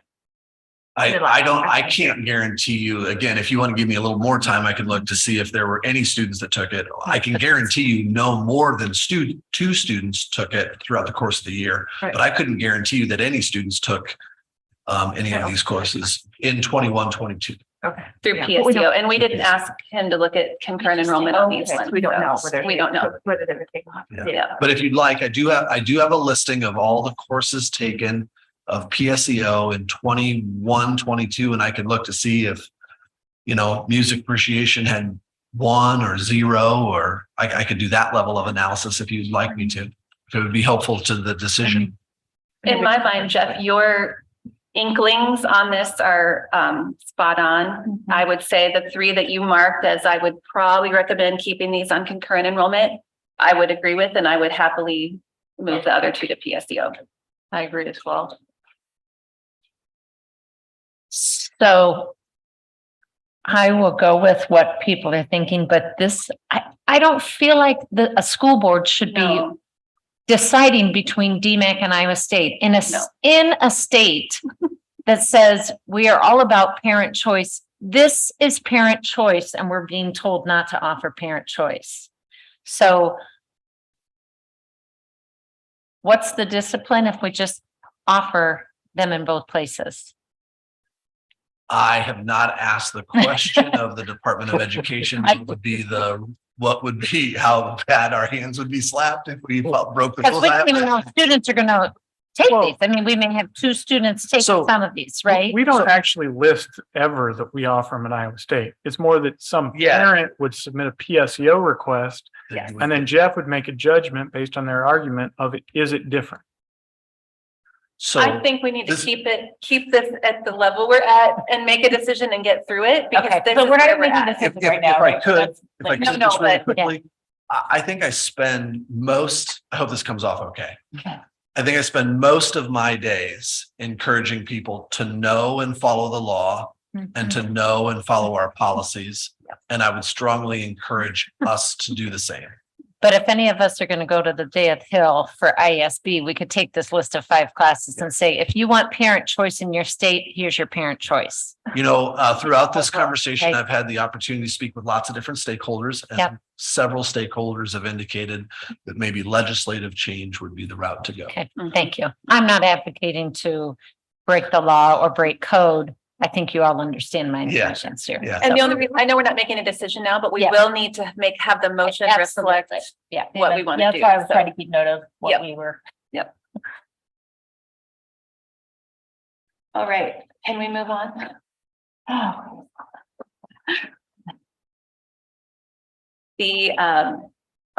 sorry, we did have, we'll go to the end of the discussion items first. The last discussion item for teaching and learning is the Ames Community School District definition of educational equity. And we'll turn it over to Jessica Sidler.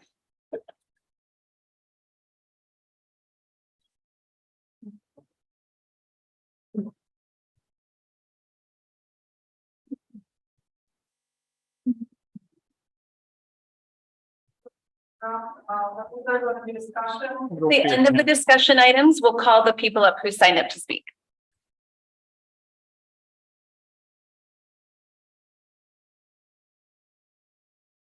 Good evening. Can we hear if I sit here or do I need to lean into the microphone? You'll probably have to pull, because the folks at home won't be able to hear you. That's Yes, the big absolutely. I've been that person at home. So I get it. So good evening, board. Thank you for inviting me to speak to you and give you a quick update on the equity work that the district has been doing. For those of you that don't know me, I'm Jessica Sidler. My pronouns are she, hers, and I'm the equity coordinator for the district. This is my 3rd year in this position. For tonight's presentation, I'm going to present about or give you an overview of what we've done finalizing the definition of educational equity. Before I describe that process, I wanted to share our why. Why did we spend valuable time and energy on creating and finalizing a definition of educational equity? One reason is because it's the focus of our district's purpose statement. Other reasons include providing clarity and bringing unity, not only for our staff, but for all stakeholders, including our community. It also provides focus, intention, action, and action to our equity work as a whole. I've created an infographic that you can see on the left-hand side of the screen. It will take you through I will take you through this document one section at a time, and then I'll pause for questions at the end. So the title of this infographic is Definition of Educational Equity, a Journey, because this has definitely been a journey. It's also a good reminder that equity work is a journey of constant and consistent work, and equity work is never done. So to begin, on April 11th of this year, many of you might recall that we had a board work session where a definition of educational equity was proposed, and we worked in groups to take a deep dive into the wording of that definition. There were at least 35 folks who were in that meeting, and the group was comprised of board members as well as district folks and building administrators. From that work session and feedback, we created 3 working definitions that we then shared with the educational equity planning team to get their feedback. And that team is made up of parents, teachers, students, community members, and administrators.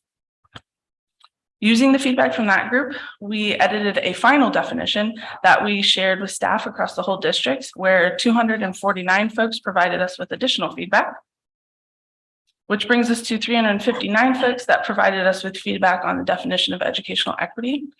Before I share that definition with you, are there any questions related specifically to the process of developing the definition or getting feedback from our community?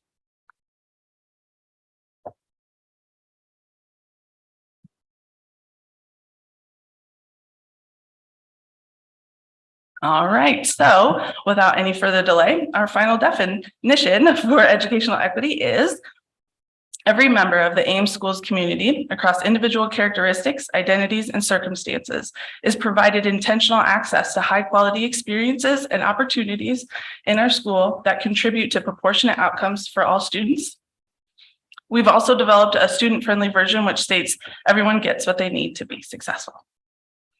So some of the words that we use in our definition can mean different things to different folks. So in order to provide additional clarity, we further define some of those phrases or words like intentional access. So what we mean by intentional access is that everyone will have entrance into, involvement with, and full benefit of opportunities and resources that are available for the district. In order to make sure that we are being really purposeful and intentional, the district will make data-informed decisions to pinpoint the effective use of those resources. Another tricky one might be high-quality experiences. When we say high-quality experiences, what we mean is that everyone will have interactions, connections, and opportunities that are designed to meet their individual needs. Another possibly confusing one is proportionate outcomes. When we say proportionate outcomes, what we mean is that the academic outcome results or percentages will be close to or match that of the overall demographic percentages of the building population. This also goes for extracurricular activity participation as well. Again, this can be confusing, so I've added an example of disproportionate and proportionate outcomes on the following slides. So this first table is an example of disproportionate outcomes. The data shared here was fabricated to illustrate disproportionality. So in this hypothetical high school with a total of 1,000 students, 200 of those are qualify for free or reduced lunch, which is equivalent to 20%.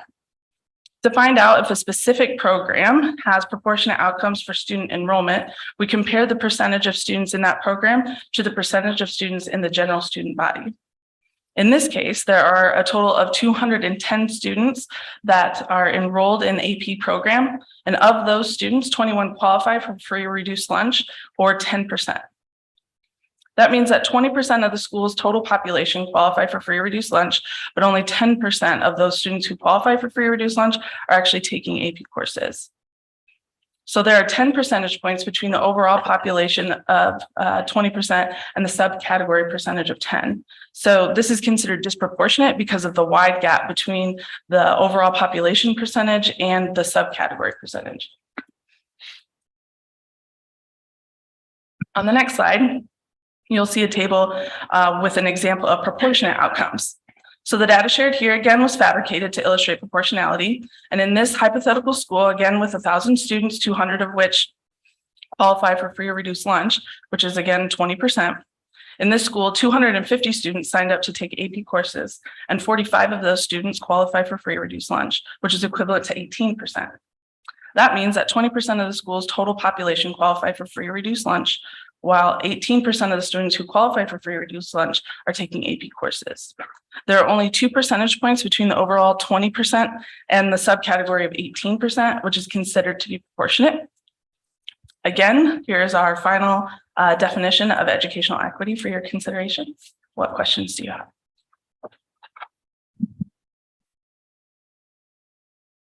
Thank you for bringing this forward, and thank you for all the work in the committee. I think one thing that might not have been mentioned, I need to check, is the idea is that after this discussion, in a future meeting, we would bring something to the board where the board would do what, at least we'd have a resolution as a board. We don't necessarily have to do that, but that's what we would like to do, so that we put our stamp of approval behind this being the definition of educational equity.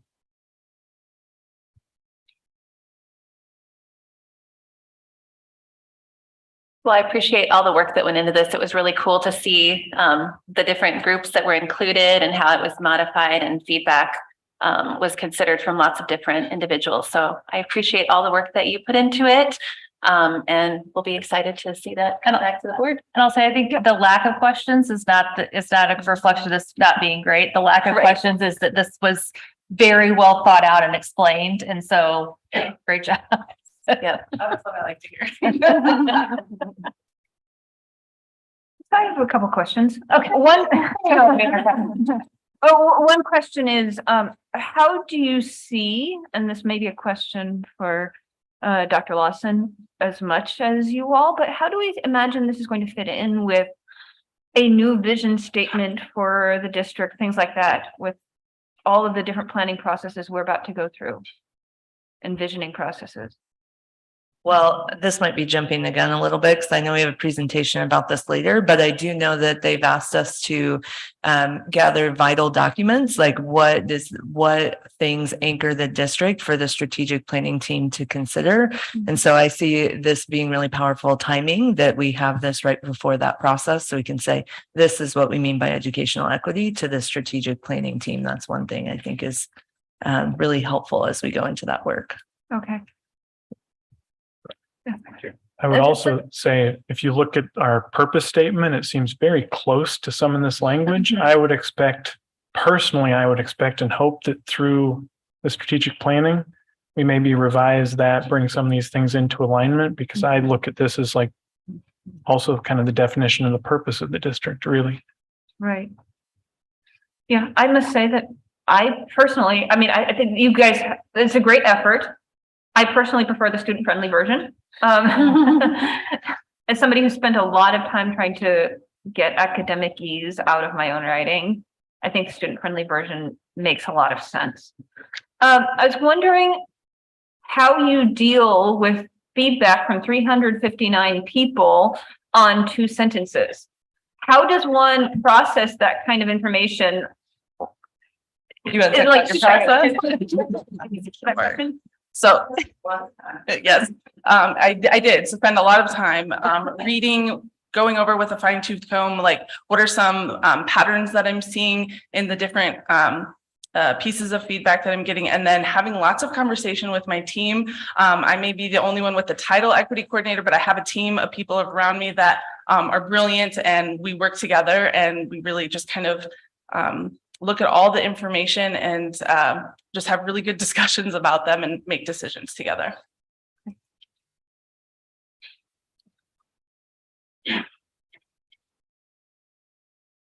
All right. Thank you so much. Thank you.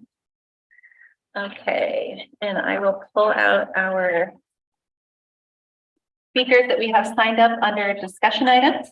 And first we have Surya Malapragada.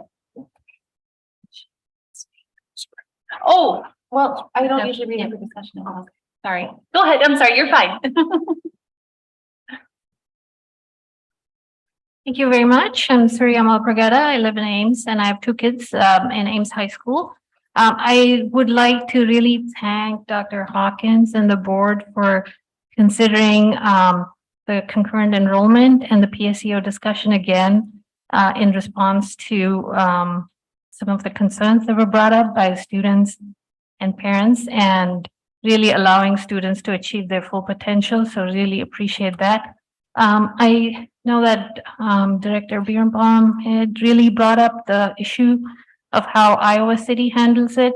My understanding is that Gilbert, in talking to some of the staff members there, also handles it the same way. So I think that giving students the most choice in being able to decide whether they want to go take a DMAC course or an ISU course would, I think, really benefit them. And so if Gilbert High School is able to do it, presumably we should be able to do it too, in terms of, I guess, how the guidelines are being interpreted or in this way. So just wanted to bring that up, but thank you again. Thank you, Surya. Hongwei Zhang.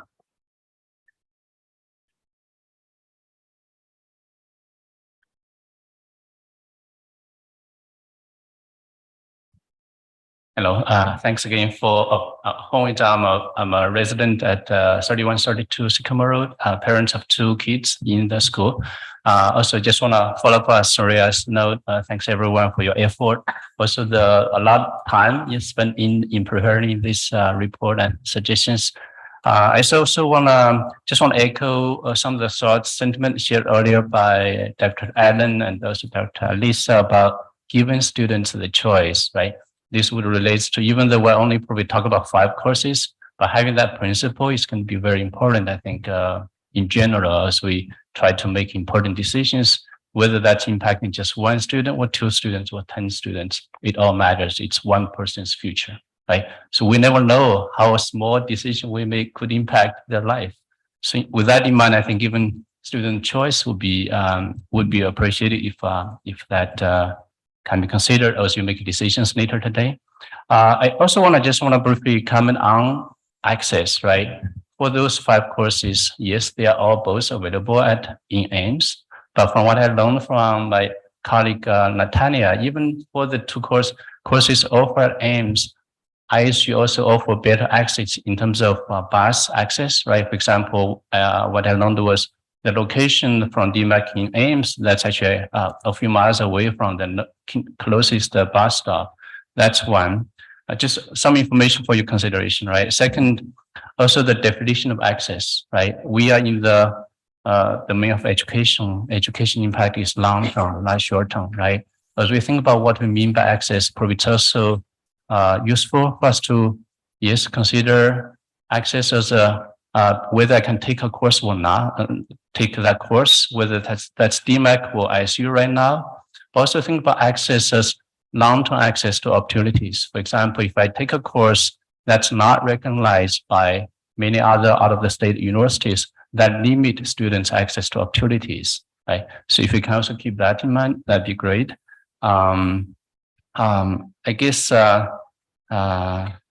there are some others I've forgot. I want to take the remaining time just to kind of go back to what we all have, I guess, spoke at the beginning of this meeting, right? Kind of help the students reach their full potential. I think that can be reflected in every policy we would probably apply to the school, including probably some of the topics we talk about today, this evening about equity. It would be great if we can actually make sure that we make sure the policy we make actually are consistent with that vision of making sure help with the students, every student reach their full potential. If we can make sure the policy and the definition we define is aligned with that, that would be great. Thank you very much. Thank you, Hongwei. And we have one person who signed up to speak on Zoom, Zhengyuan Zhu. And you've been given permission to speak. Hello, can you hear me? Hello, can you hear me? Yes, we can. Okay, so my name is Zhengyuan Zhu. I'm in 2708 Cambridge Drive, and I have 2 kids in the Ames School District. So first of all, I also want to share my appreciation and thank you for Dr. Hawkins and the board member to take this issue very seriously and have this detailed discussion about these courses. And I really agree with Alan's point that I think it's also shared with many of the board members that we should provide students and parents the choice. We should not limit those choice. I think the way to do that is really simple. Just don't put those courses in any course that has a ISU equivalent to the contractual list. Then if they want to take a DMAC course, they can always do the PSU route. That's what the Iowa City and the other places have done. And so for the 5 specific course, I think at least for the 3 STEM course, physics, math, and the STARS, I'm a professor in statistics, so I know that yes, DMAC is equivalent, but if you are taking STAR 226 and then you want to take another follow-up course which has a STAR 226 as a prerequisite, having the same course in the same institution many times is much more helpful. So you could say that DMAC course is equivalent, but there are always those kind of subtle differences that makes the learning more difficult for the students when they take the second class. Just want you to take that into consideration.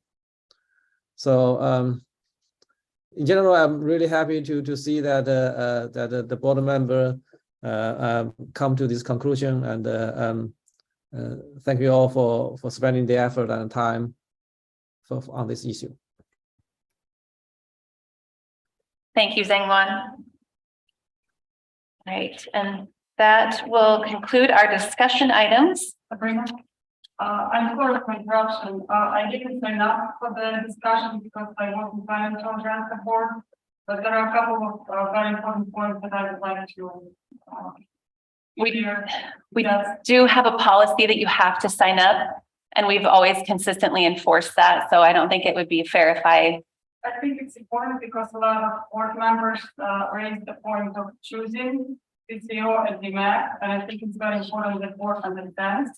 So, but right now, since you weren't signed up to speak, we can't allow you to speak. We're going to have to vote on the information that's before us tonight, and we can take additional information into consideration when we consider this again for the fall courses.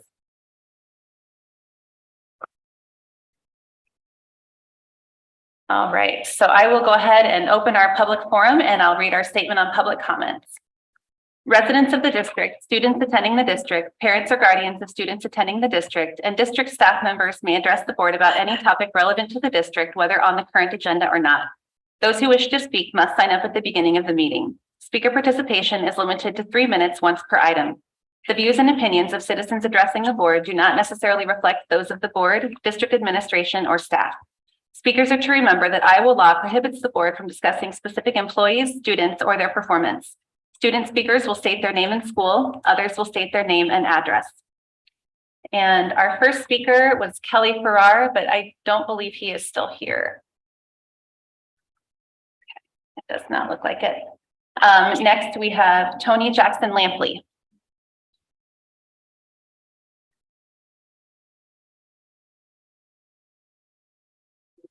Oh.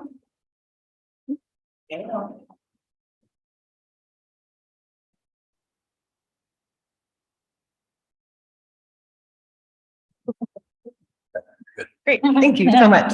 I'm Tony Jackson Lampley. I live at 2801 Greensboro Drive here in Ames. And I wanted to share a letter with you that I received from an Ames High grad. It says, to Ames Community School Board and Faculty Committee. I am a graduate of Ames High School in 1987 and was an active member in the fine arts. And I participated in choir, took art classes, but spent most of my time in the theater with Wayne Hansen. Hank was an amazing educator, director, and mentor to me and so many others. My time in high school with Hank helped set me on a path for my future career and community work.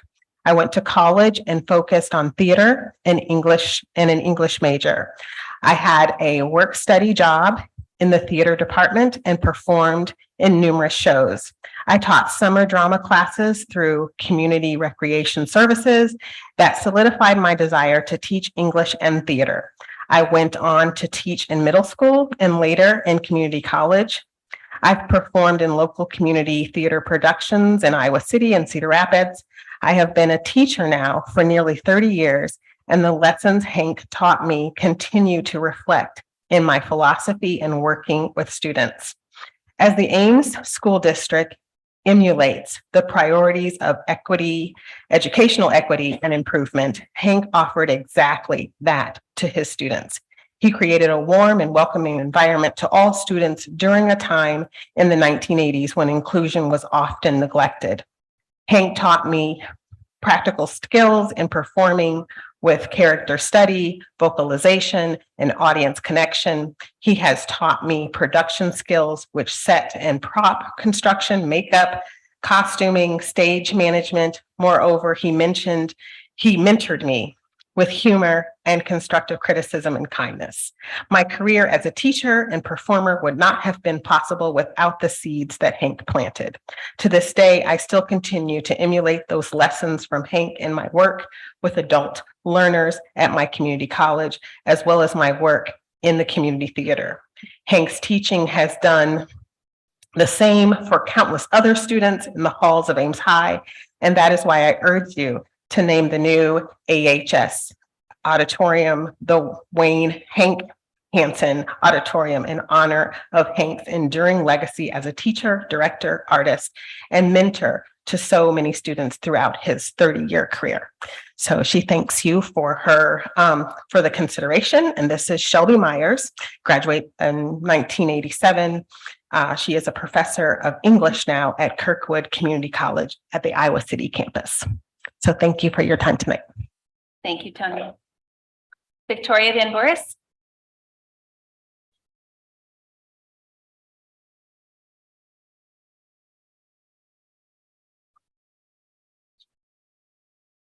Good evening. I'm here again to present another letter in support of naming the auditorium for Wayne Hansen.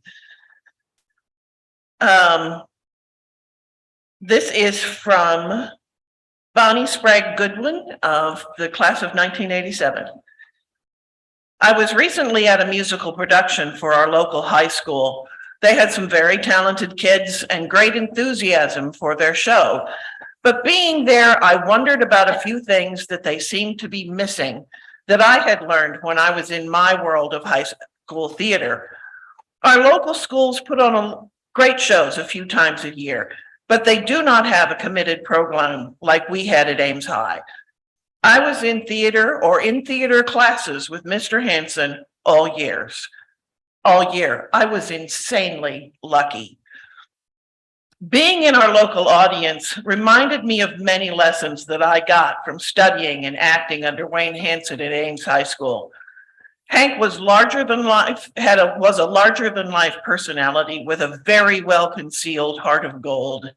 He loved what he did, and he took great care to teach us all things that would carry us into our futures. I learned to be confident. Carry yourself on stage like you deserve to be there. Even if your character is withdrawn and shy, be withdrawn and shy with great confidence.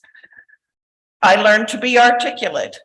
Don't just learn your lines, understand them. Know the words you are using and put them to use in life and in theater. I learned the art of being in the right place. Hit your mark and stand your ground. If you are where you're supposed to be, others will join you and flow around you in harmony. I learned the art of projection. Always speak to the last row in the audience. They should be able to hear and understand you like they were right down front. And in the days of no microphones on stage, this was a particularly important matter. These lessons and more I took forward with me into all areas of my life, and they have served me well in more ways than I can count. I know that I wouldn't have gotten them without Mr. Hansen. He built up his students and moved us all forward to a world beyond him in a way that insisted that we carry his legacy with us. Hank truly is and will always be inspiring and one of a kind. Bonnie Sprague Goodwin, class of 87, former registered financial associate, St. Joseph, Michigan. Thank you. Thank you, Victoria.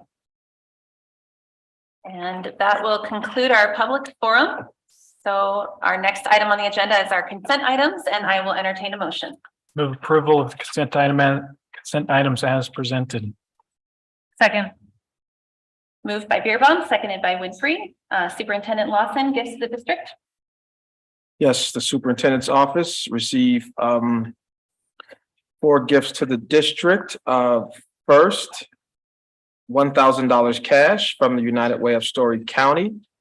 The United Way of Story County American Rescue Plan Act Emergency Food Program for the benefit of the Hope Pantry. There was $738.12 donated from Unitarian Universalist Fellowship of Ames for the benefit of the Hope Pantry. $23.70 donated by Cassie Bexton for the benefit of the Lunch Hero program, and Julie Ritchie donated 6 boxes of lamination sheets, approximately a $20 value, for the benefit of Fellows Elementary. And that's all we have this evening. Thank you. It was moved by Beerbaum, seconded by Winfrey to accept the consent items as presented. All those in favor say aye. Aye. Opposed, nay. Passes 7-0. Moving on to our action items. The first action item this evening is our 2022 IASB District 5 ballot. And I move the board support Mary Poulter on our IASB District 5 representative ballot. Second. Moved by Franzen, seconded by Beerbaum. Discussion? All those in favor say aye. Aye. Opposed, nay. Passes 7-0. Next item is the concurrent enrollment and PSEO. I recommend approval of the updated list of the concurrent enrollment courses to be contracted with DMAC as provided by staff, with the amendment to remove Physics 223 and Math 162. Second. Moved by Winfrey, seconded by Franzen. Discussion? May I reiterate a question to Dr. Hawkins, just to make sure we have something really clear? At this point, we don't think it's legal to offer this choice that people are saying that they would like to offer, right? I do not know. You don't know. I do not know. I've heard the communication that we may have other districts doing that. I don't know, and I have not confirmed with DMAC that they do indeed offer the PSEO for the courses that we question. So I really hesitate for the board to make a decision based on. I don't know. I did not look into the question as to whether or not we can PSEO these courses. I think it makes sense for the timing for this spring semester to move on this now, and then these additional questions, and maybe we can pile them up to help Jeff for next May. We can have a better discussion about what our philosophy is and what the different options, or maybe the code will change, who knows? Yeah, I think that sounds reasonable. We're talking about 3 courses. All right, it was moved by Winfrey, seconded by Franzen. All those in favor say aye. Aye. Opposed, nay. Passes 7-0. New course proposal for the PE courses. I move the board approve the new physical education courses as presented. Second. Moved by Linkaitis, seconded by Becker. Discussion? All those in favor say aye. Aye. Opposed, nay. Passes 7-0. New Ames High School construction project change orders. I move the board approve the change orders for the new Ames High School construction project as presented. Second. Moved by Franzen, seconded by Winfrey. Discussion? All those in favor say aye. Aye. Opposed, nay. Passes 7-0. Board and staff items. We will begin with our items from our student representatives. Hi, so I don't have much to say now, but we're now in our winter madness weeks. There's a lot of fun events planned, so it's a nice break before finals rolls around after winter break. The only issue I've seen coming up with teachers and students is like an issue with parking right now. So I don't know if you guys are aware or not, but the student parking lot is a little bit of it is sectioned off for teachers to park in. And it's right now being marked off by cones. And there's a lot of issues of like the cones being moved around and some students not knowing, some teachers not knowing. And so students don't know where to park and then they'll get unnecessary tickets because of that. So students are asking if we can have signs up that are more permanent and that can't be moved, just so that people aren't getting tickets because like they didn't know where they were supposed to park that day. That was the only thing that came up, but yeah, thank you. Thank you for sharing. Items from the board. Can I ask Ritika to repeat? So what is happening with the parking? I didn't quite understand. So parking zones are moving day to day? So the student parking lot, the main big one in front of the high school, a section of it is like set off just for teachers to park in because we don't have that back parking lot yet. So right now, I think it's temporarily, they've just been using these big orange cones and some students or someone is like moving them around occasionally just so they can get closer to the high school, like parking wise. And so we don't know if the staff on there has like a set amount of parking spots where they start ticketing if you're like parking in front of it. And students don't know about that. So they can't tell like where the actual cone spot is supposed to be. So they want like a more permanent sign saying like, okay, you should park past this one, something like that. Kind of an odd issue, I know, but.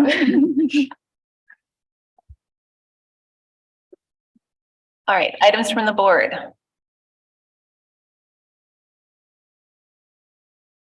We have our long-term wish of discussing PSEO further, but does DMAC take PSEO for the classes that we want, I guess is the. Oh, so the request for staff, yes. I'm sorry. I went right to items from the board and skipped the request from staff. So I would say, Jeff, does this come before the board again in May for next year? Or would it not come again until January or December? If you recall, I need a mic. Yeah, because the people at home can't hear you. Sorry. Check. Okay. If you recall, the criteria that was established by the committee that originally made these recommendations tried to prioritize some flexibility in approval of courses that align to a student's 4-year plan. So as we began the year, I told you that it was likely I'd be coming to you once usually in maybe August and once usually maybe around January to see if we could approve or add different courses. So I haven't heard anything yet, but there's the potential that I could be coming back for another concurrent enrollment conversation as early as January. If not, we would want to then have that conversation when we approve handbooks in the spring. So help me understand, Jeff, what would be the reasons that would cause us to discuss this again in January? Let's say hypothetically that there's a student whose 4-year plan indicates that they want to take a course through DMAC that would help accomplish or extend their 4-year plan, but we don't have it currently approved. Remember, there were 5 criteria, and one of those criteria was that it helps accomplish a student's 4-year plan. So I have not heard of any courses yet, but if you recall in the fall, we did request and add 2 courses to that list because it didn't meet the other criteria earlier, but it did help further a student's 4-year plan. Again, we've tried to be cognizant of finding ways to create flexibility so that if the original thinking didn't work, but a kid really needed it for their plan, that we could add that. So conversely, then does that mean at that decision point in January, a class could be removed from the concurrent enrollment list if there's a student who says, I really, really, really want to take this class at Iowa State and there's nobody who wants to take it at DMAC? I think we've just decided tonight through our process that we have the authority as the board to remove a course from the list and to have that be able to be taken through PSEO. I would strongly discourage us from doing that on a student by student, case by case basis, though. So on a student by student basis, we can add to the list, but not. Well, so if we're. This is why it might come back. About taking something away from someone else, though, right? So if you're If we're adding something to the PSEO, that's taking away the opportunity for it somewhere else. If we're not offering something at all, I would like us to offer that. If we're not offering it in any format, I would like that to be something that's available if a student needs it. But if we're offering it in some format, I don't think we can go through and every time an individual student might prefer to take English 220 at Iowa State instead of DMAC, say we're gonna switch it to PSEO, and then if someone wants to take it at DMAC, we put it back. And I mean, I just don't think we can. That's way too in the weeds for the board to get. Okay. I've been very quiet all night on this whole topic, but the one thing that has gone through my head repeatedly is I cannot imagine the intent of the law was that the board went course by course, student by student for this regulation or whatever we call it. So, I mean, if it was that poorly written, that this is what's happening, they need to fix it. The letter of the law is that the board approve courses, course by course. I would agree with you. I don't believe they intended, and I don't know why I'm out on this limb. I didn't write the law, but I have to imagine that they didn't intend a board to re-examine the choices that they'd made student by student after they determined course by course. Again, the part of what we reviewed today is relatively clear. School boards need to approve a list of courses that will be contracted, and that list needs to be published and available in the handbook. So it's pretty clear we're supposed to have a definitive list of courses in our handbook, which we now do.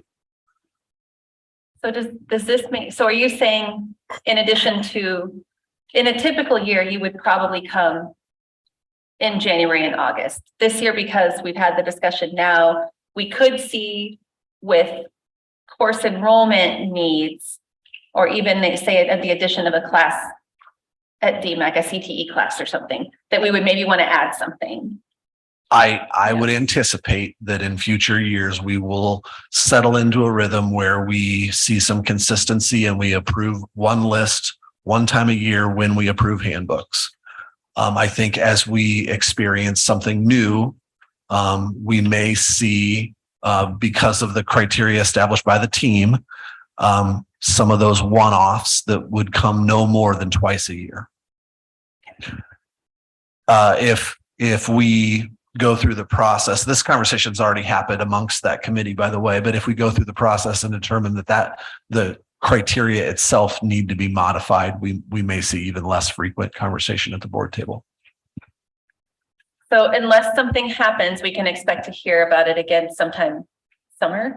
Yeah, I would like us to get into a routine where we're approving handbooks in May or June, so that we have that done and we can get handbooks produced and communicated, and it's all done and ready to go by the time the school year starts. So I know our last few cycles, but again, that's something it's new for us too, of approving handbooks. Our last few cycles have been in August, but I'd like to have that happen in May in the coming years. And it would be reasonable, since this has to be a part of the handbook, that this is just a part of handbook approval process. That would be my vision for where we would go eventually. I also have, by the way, for staff, from our dropout prevention conversation, what is not working for the students now who are dropping out, and how are we trying to re-engage students who have already dropped out, as items for staff.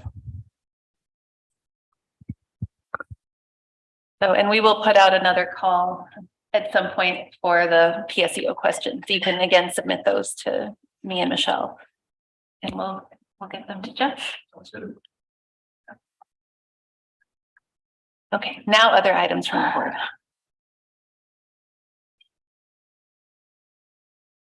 All right. Items from the superintendent. Yes. First, thank you, Dr. Hawkins, for all of the work. I've seen you, so I know the kind of work you've put in day to day. So thank you. Speaking of the push out, dropout prevention, I just want to take us back to that. So while I share the sentiment of a couple of the board members who spoke around the disproportionate numbers of students of color. I also wanted to focus our attention on those 11th and 12th graders.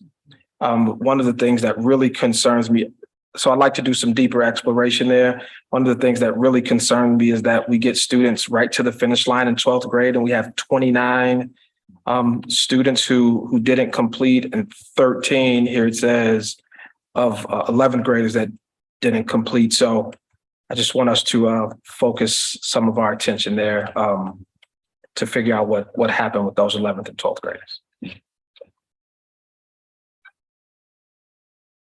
all I have. So. All right. And then the last thing before our work session is our board planning calendar. This is our only meeting for December, so we will not meet again until the new year. We will meet on January 9th, and that meeting will have a work session and begin at 5:30. Okay, we are going to take a little 5-minute break and we'll reconvene for the work session, but board members, we will reconvene at the board table for the work session because we do have our consulting firm joining us virtually, and it's the only way that they can hear us. So we'll take a 5-minute break and we'll be ending our live broadcast at this time.